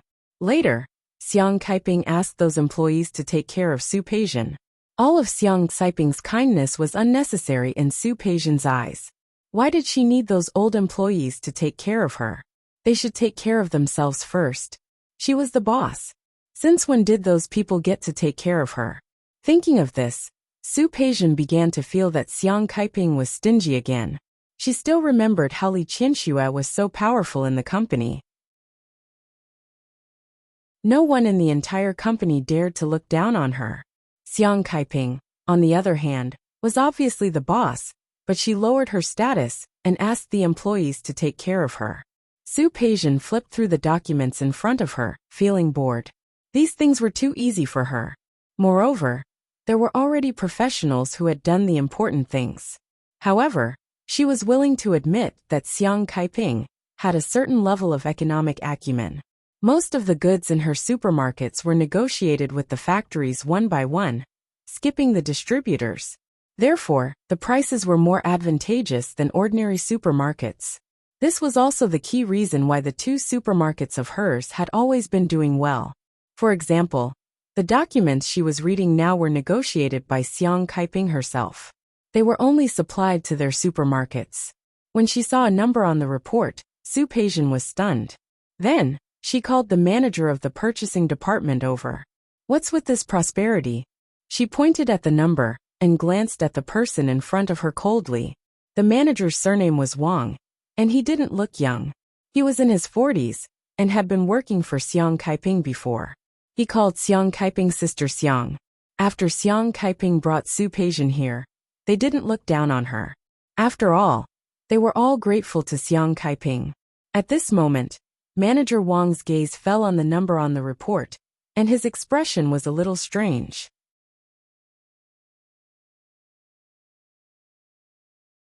Chapter 489. Su Peijian had worked for the Li Group for 3 years. She had been carefully trained by Su Qinghui before she went to college. Not to mention anything else, she was quite sharp when it came to numbers. It was a piece of cake for her to come up with a report like this. After all, compared to the Li Group, the two supermarket chains were nothing. Mr. Su, Manager Wang had been working for Xiang Caiping and was very close to her. Now that he saw Su Peijian, he didn't look down on her. The boss of Xingxing is he. He set the price last month. He said the price of raw materials increased. Xingxing produced office supplies, and all the paper-related products had increased the price this time. What kind of raw materials can increase the price by 10%? Are you blind? He didn't just mention paper-related products. He also mentioned other products that had nothing to do with paper. How dare you give me such data? What? Did he think she was easy to fool because she was new? Mr. Su, it's not our fault. We've already talked to Sister Xiang, but she said she's been working with him for a long time, so that's enough. Su Peijian didn't have the patience to listen to these things. Anyway, she was bored and had nothing to do, so she might as well settle this. Help me make an appointment with Mr. He. I want to see him tonight. He might not have the time. Okay. He doesn't have the time, does he? He doesn't care about the sales of our 2 supermarkets, does he? Then don't work with him anymore. I'll tell the other circles in Rome City about what they've done. We'll see who's going to lose face. Hearing Su Peijian's words, Manager Wang didn't insist anymore. He turned around and went to contact the boss of Xingxing for her. He told her that the boss was free that night and asked her to meet him at Xiangshan Restaurant. After entering Xiangshan Restaurant, Su Peijian looked much better than before. Xiangshan Restaurant was almost as good as Chaowen Courtyard in Lin City. He followed Manager Wang upstairs. It didn't take long before He Xingxian arrived. The boss of Xingxing was called He Xingxian. He was a middle-aged man in his 40s.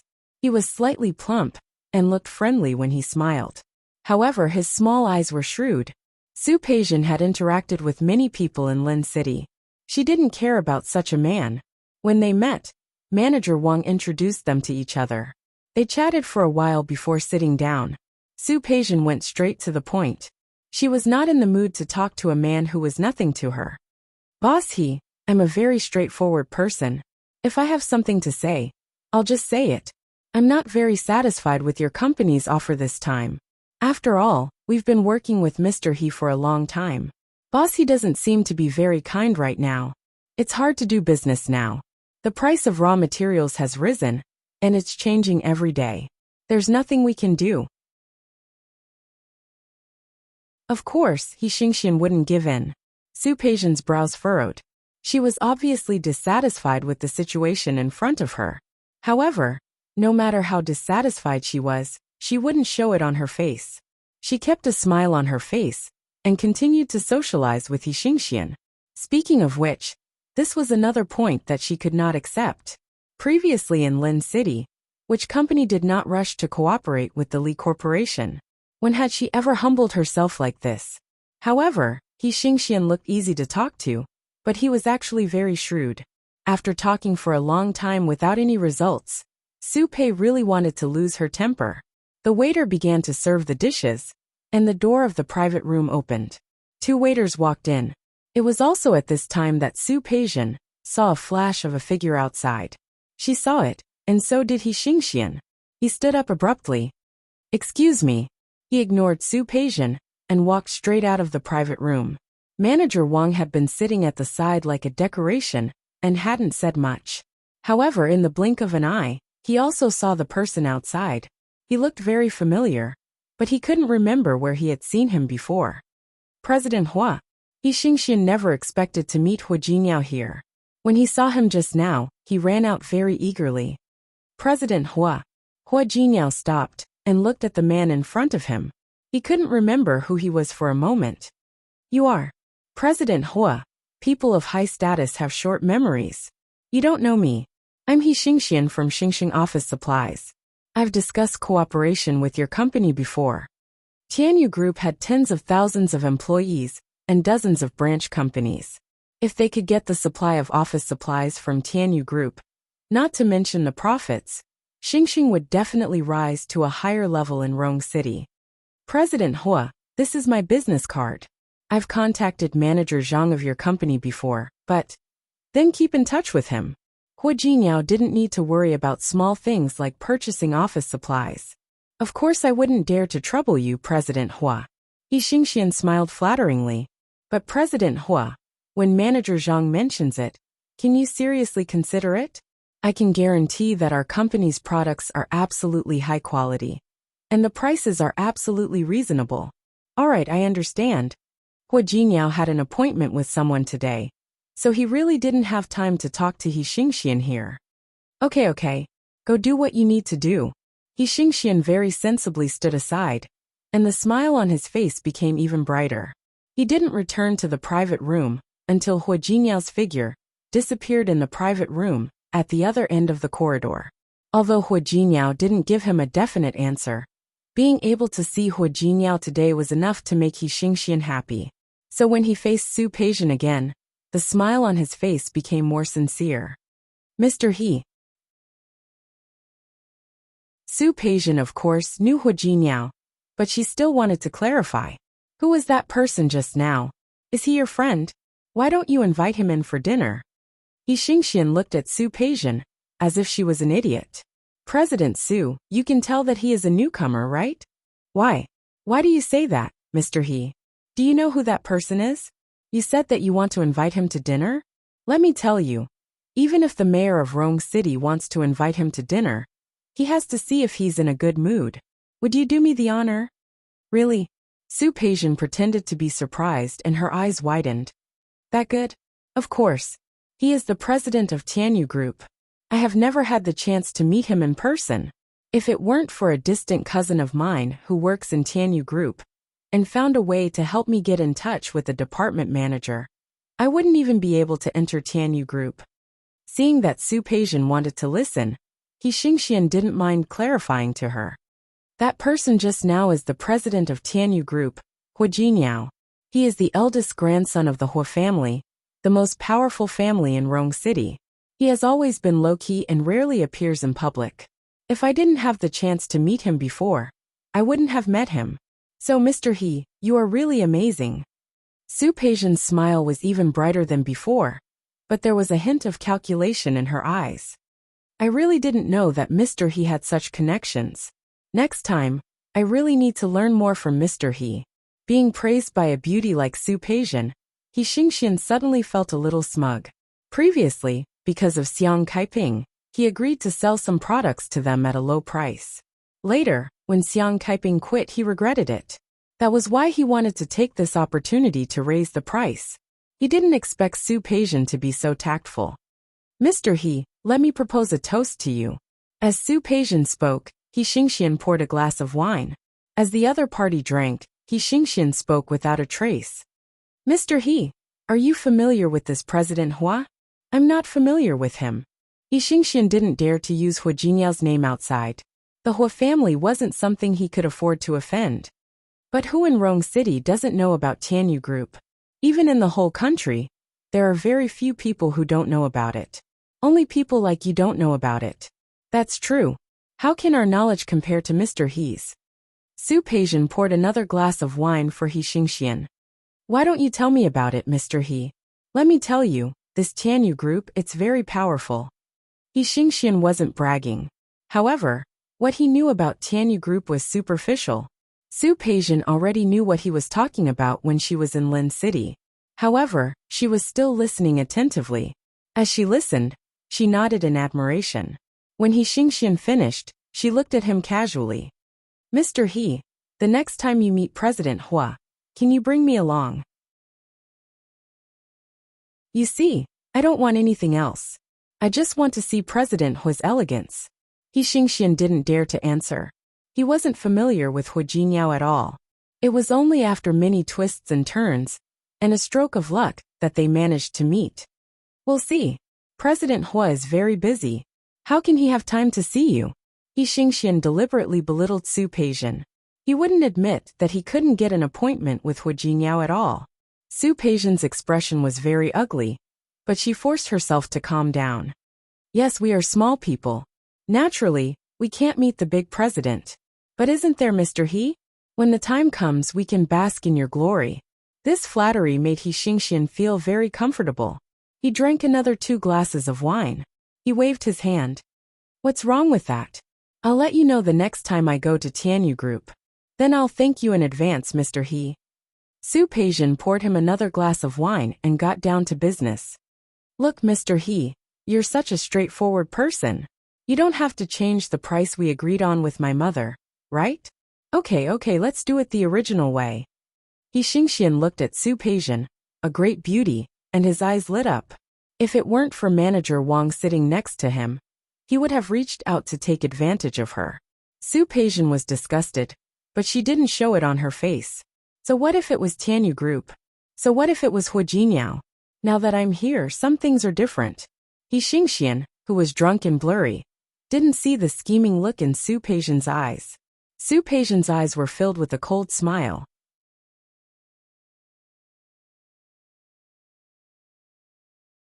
Chapter 490.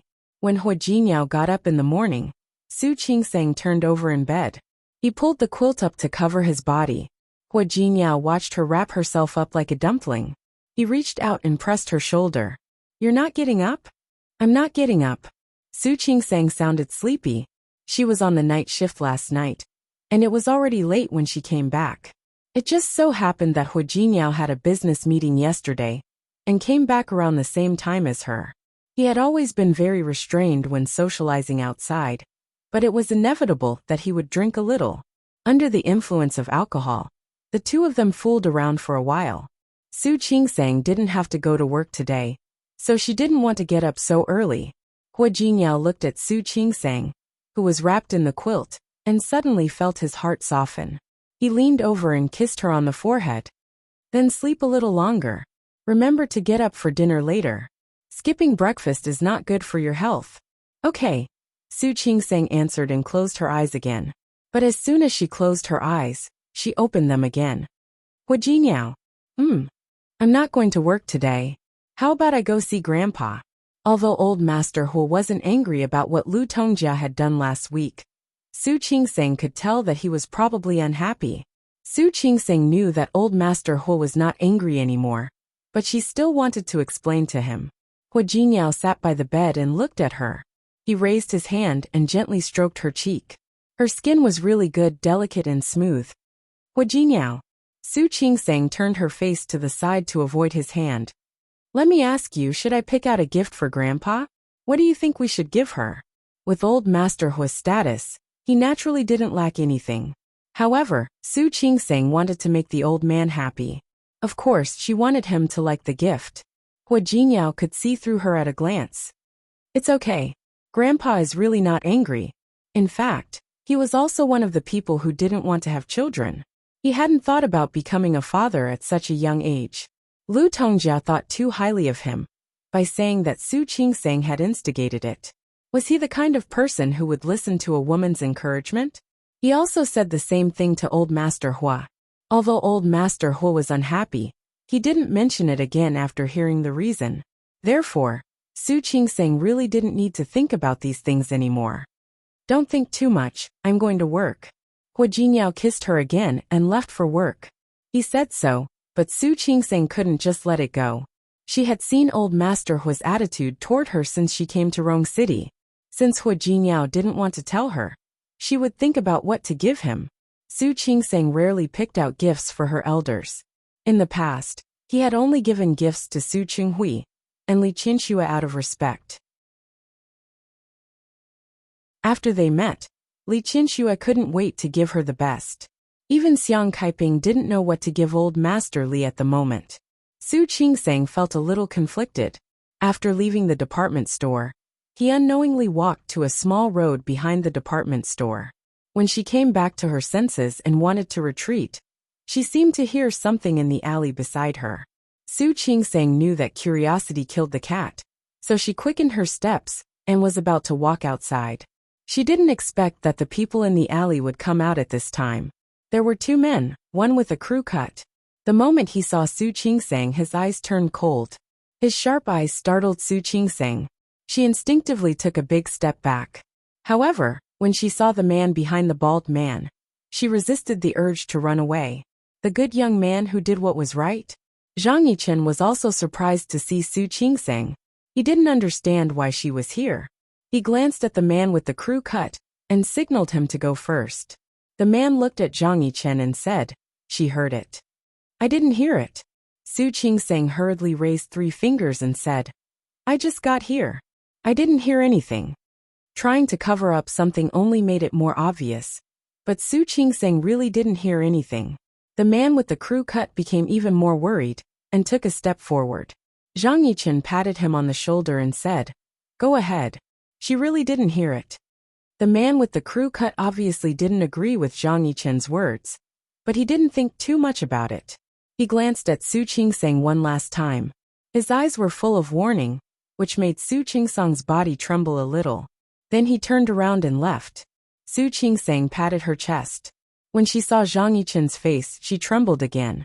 She pressed her body against the wall behind her. It was still early February, and the temperature was very low. Su Qingsang felt sweat on her back. She thought of the few times she had seen Zhang Yichen before, and he had been nice to her. But that was because he did good things. However, there was no rule in this world that said good people wouldn't do bad things. Looking at Su Qingsang's scared face, Zhang Yichen took 2 steps forward and stood in front of Su Qingsang. It wasn't the weekend, and the weather was still cold. There weren't many people in this alley. Su Qingsang swallowed. When Zhang Yichen stood in front of her, she cleared her throat. "Well, I really didn't hear what you said. It was a beautiful misunderstanding." Su Qingsang wanted to explain more, but Zhang Yichen raised his hand. Su Qingsang was startled. She closed her eyes at once. Then she realized that something was wrong. She quickly opened her eyes. Zhang Yichen's hand was placed on the wall beside her. "You didn't hear me?" Zhang Yichen believed that Su Qingsang didn't hear him. His ears were very sharp. Su Qingsang's footsteps didn't escape his ears. He didn't say anything after hearing someone approaching, so Su Qingsang couldn't have heard anything. However, looking at the woman in front of him, who was no longer calm and composed like she was in the hospital, he had that thought again. The woman in front of him was quite interesting. Su Qingsang? Su Qingsang had her name tag in the hospital, so it was normal for him to know her name. However, this made Su Qingsang even more scared. "Sir, I really didn't hear what you said." She tried to calm herself down. She knew that some perverts would get more excited when they saw others scared. Can I trouble you to move aside for a moment? Zhang Yichen didn't move. He stared at Su Qingsang's face and suddenly lowered his head. Su Qingsang became more and more nervous.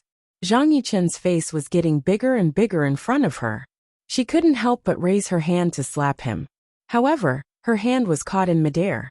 Zhang Yichen not only grabbed her hand easily, but also successfully made it so that she couldn't break free. Zhang Yichen moved closer to her face again. Su Qingsang was startled. Seeing his face getting bigger and bigger in front of her, she wanted to raise her other hand. However, unfortunately, she was caught by him again. Let go of me. With both of her wrists in his hands, Su Qingsang was at a complete disadvantage. Looking at her surroundings, she really regretted going out alone today. Her phone rang. It was Hu Jingyao. She wanted to answer the phone, but the man was still holding her hand. She tried a few more times, but she couldn't break free no matter how hard she tried. Anger rose in her heart. Su Qingsang's voice became colder. Sir, you'd better let go of me. I'm not someone you can afford to offend. Tianyu Group was quite powerful in Rong City, wasn't it? If this man really dared to do anything, she believed that Hu Jingyao wouldn't go easy on him. Really? Zhang Yichen was about to let go. He just wanted to scare the woman. However, her words made him tighten his grip on her hand that he was about to retract. You're not someone I can afford to offend. Do you know what kind of person I am? Su Qingsang clenched her teeth. She had a good impression of this man because he had helped her twice in a row. But now, there was nothing left. Anyway, you're not a good person. Yes, you also said that I'm not a good person. Since I'm not a good person, Su Qingsang's face turned pale. Yes, ordinary people couldn't afford to offend Tianyu Group. Yes, ordinary people couldn't afford to offend Tianyu Group. That was for companies and ordinary people. However, if the man was a criminal or a bad person, he wouldn't be afraid of her at all. Su Qingsang calculated in her mind. She wanted to pull her hand out, but she found that the man was using his strength very skillfully.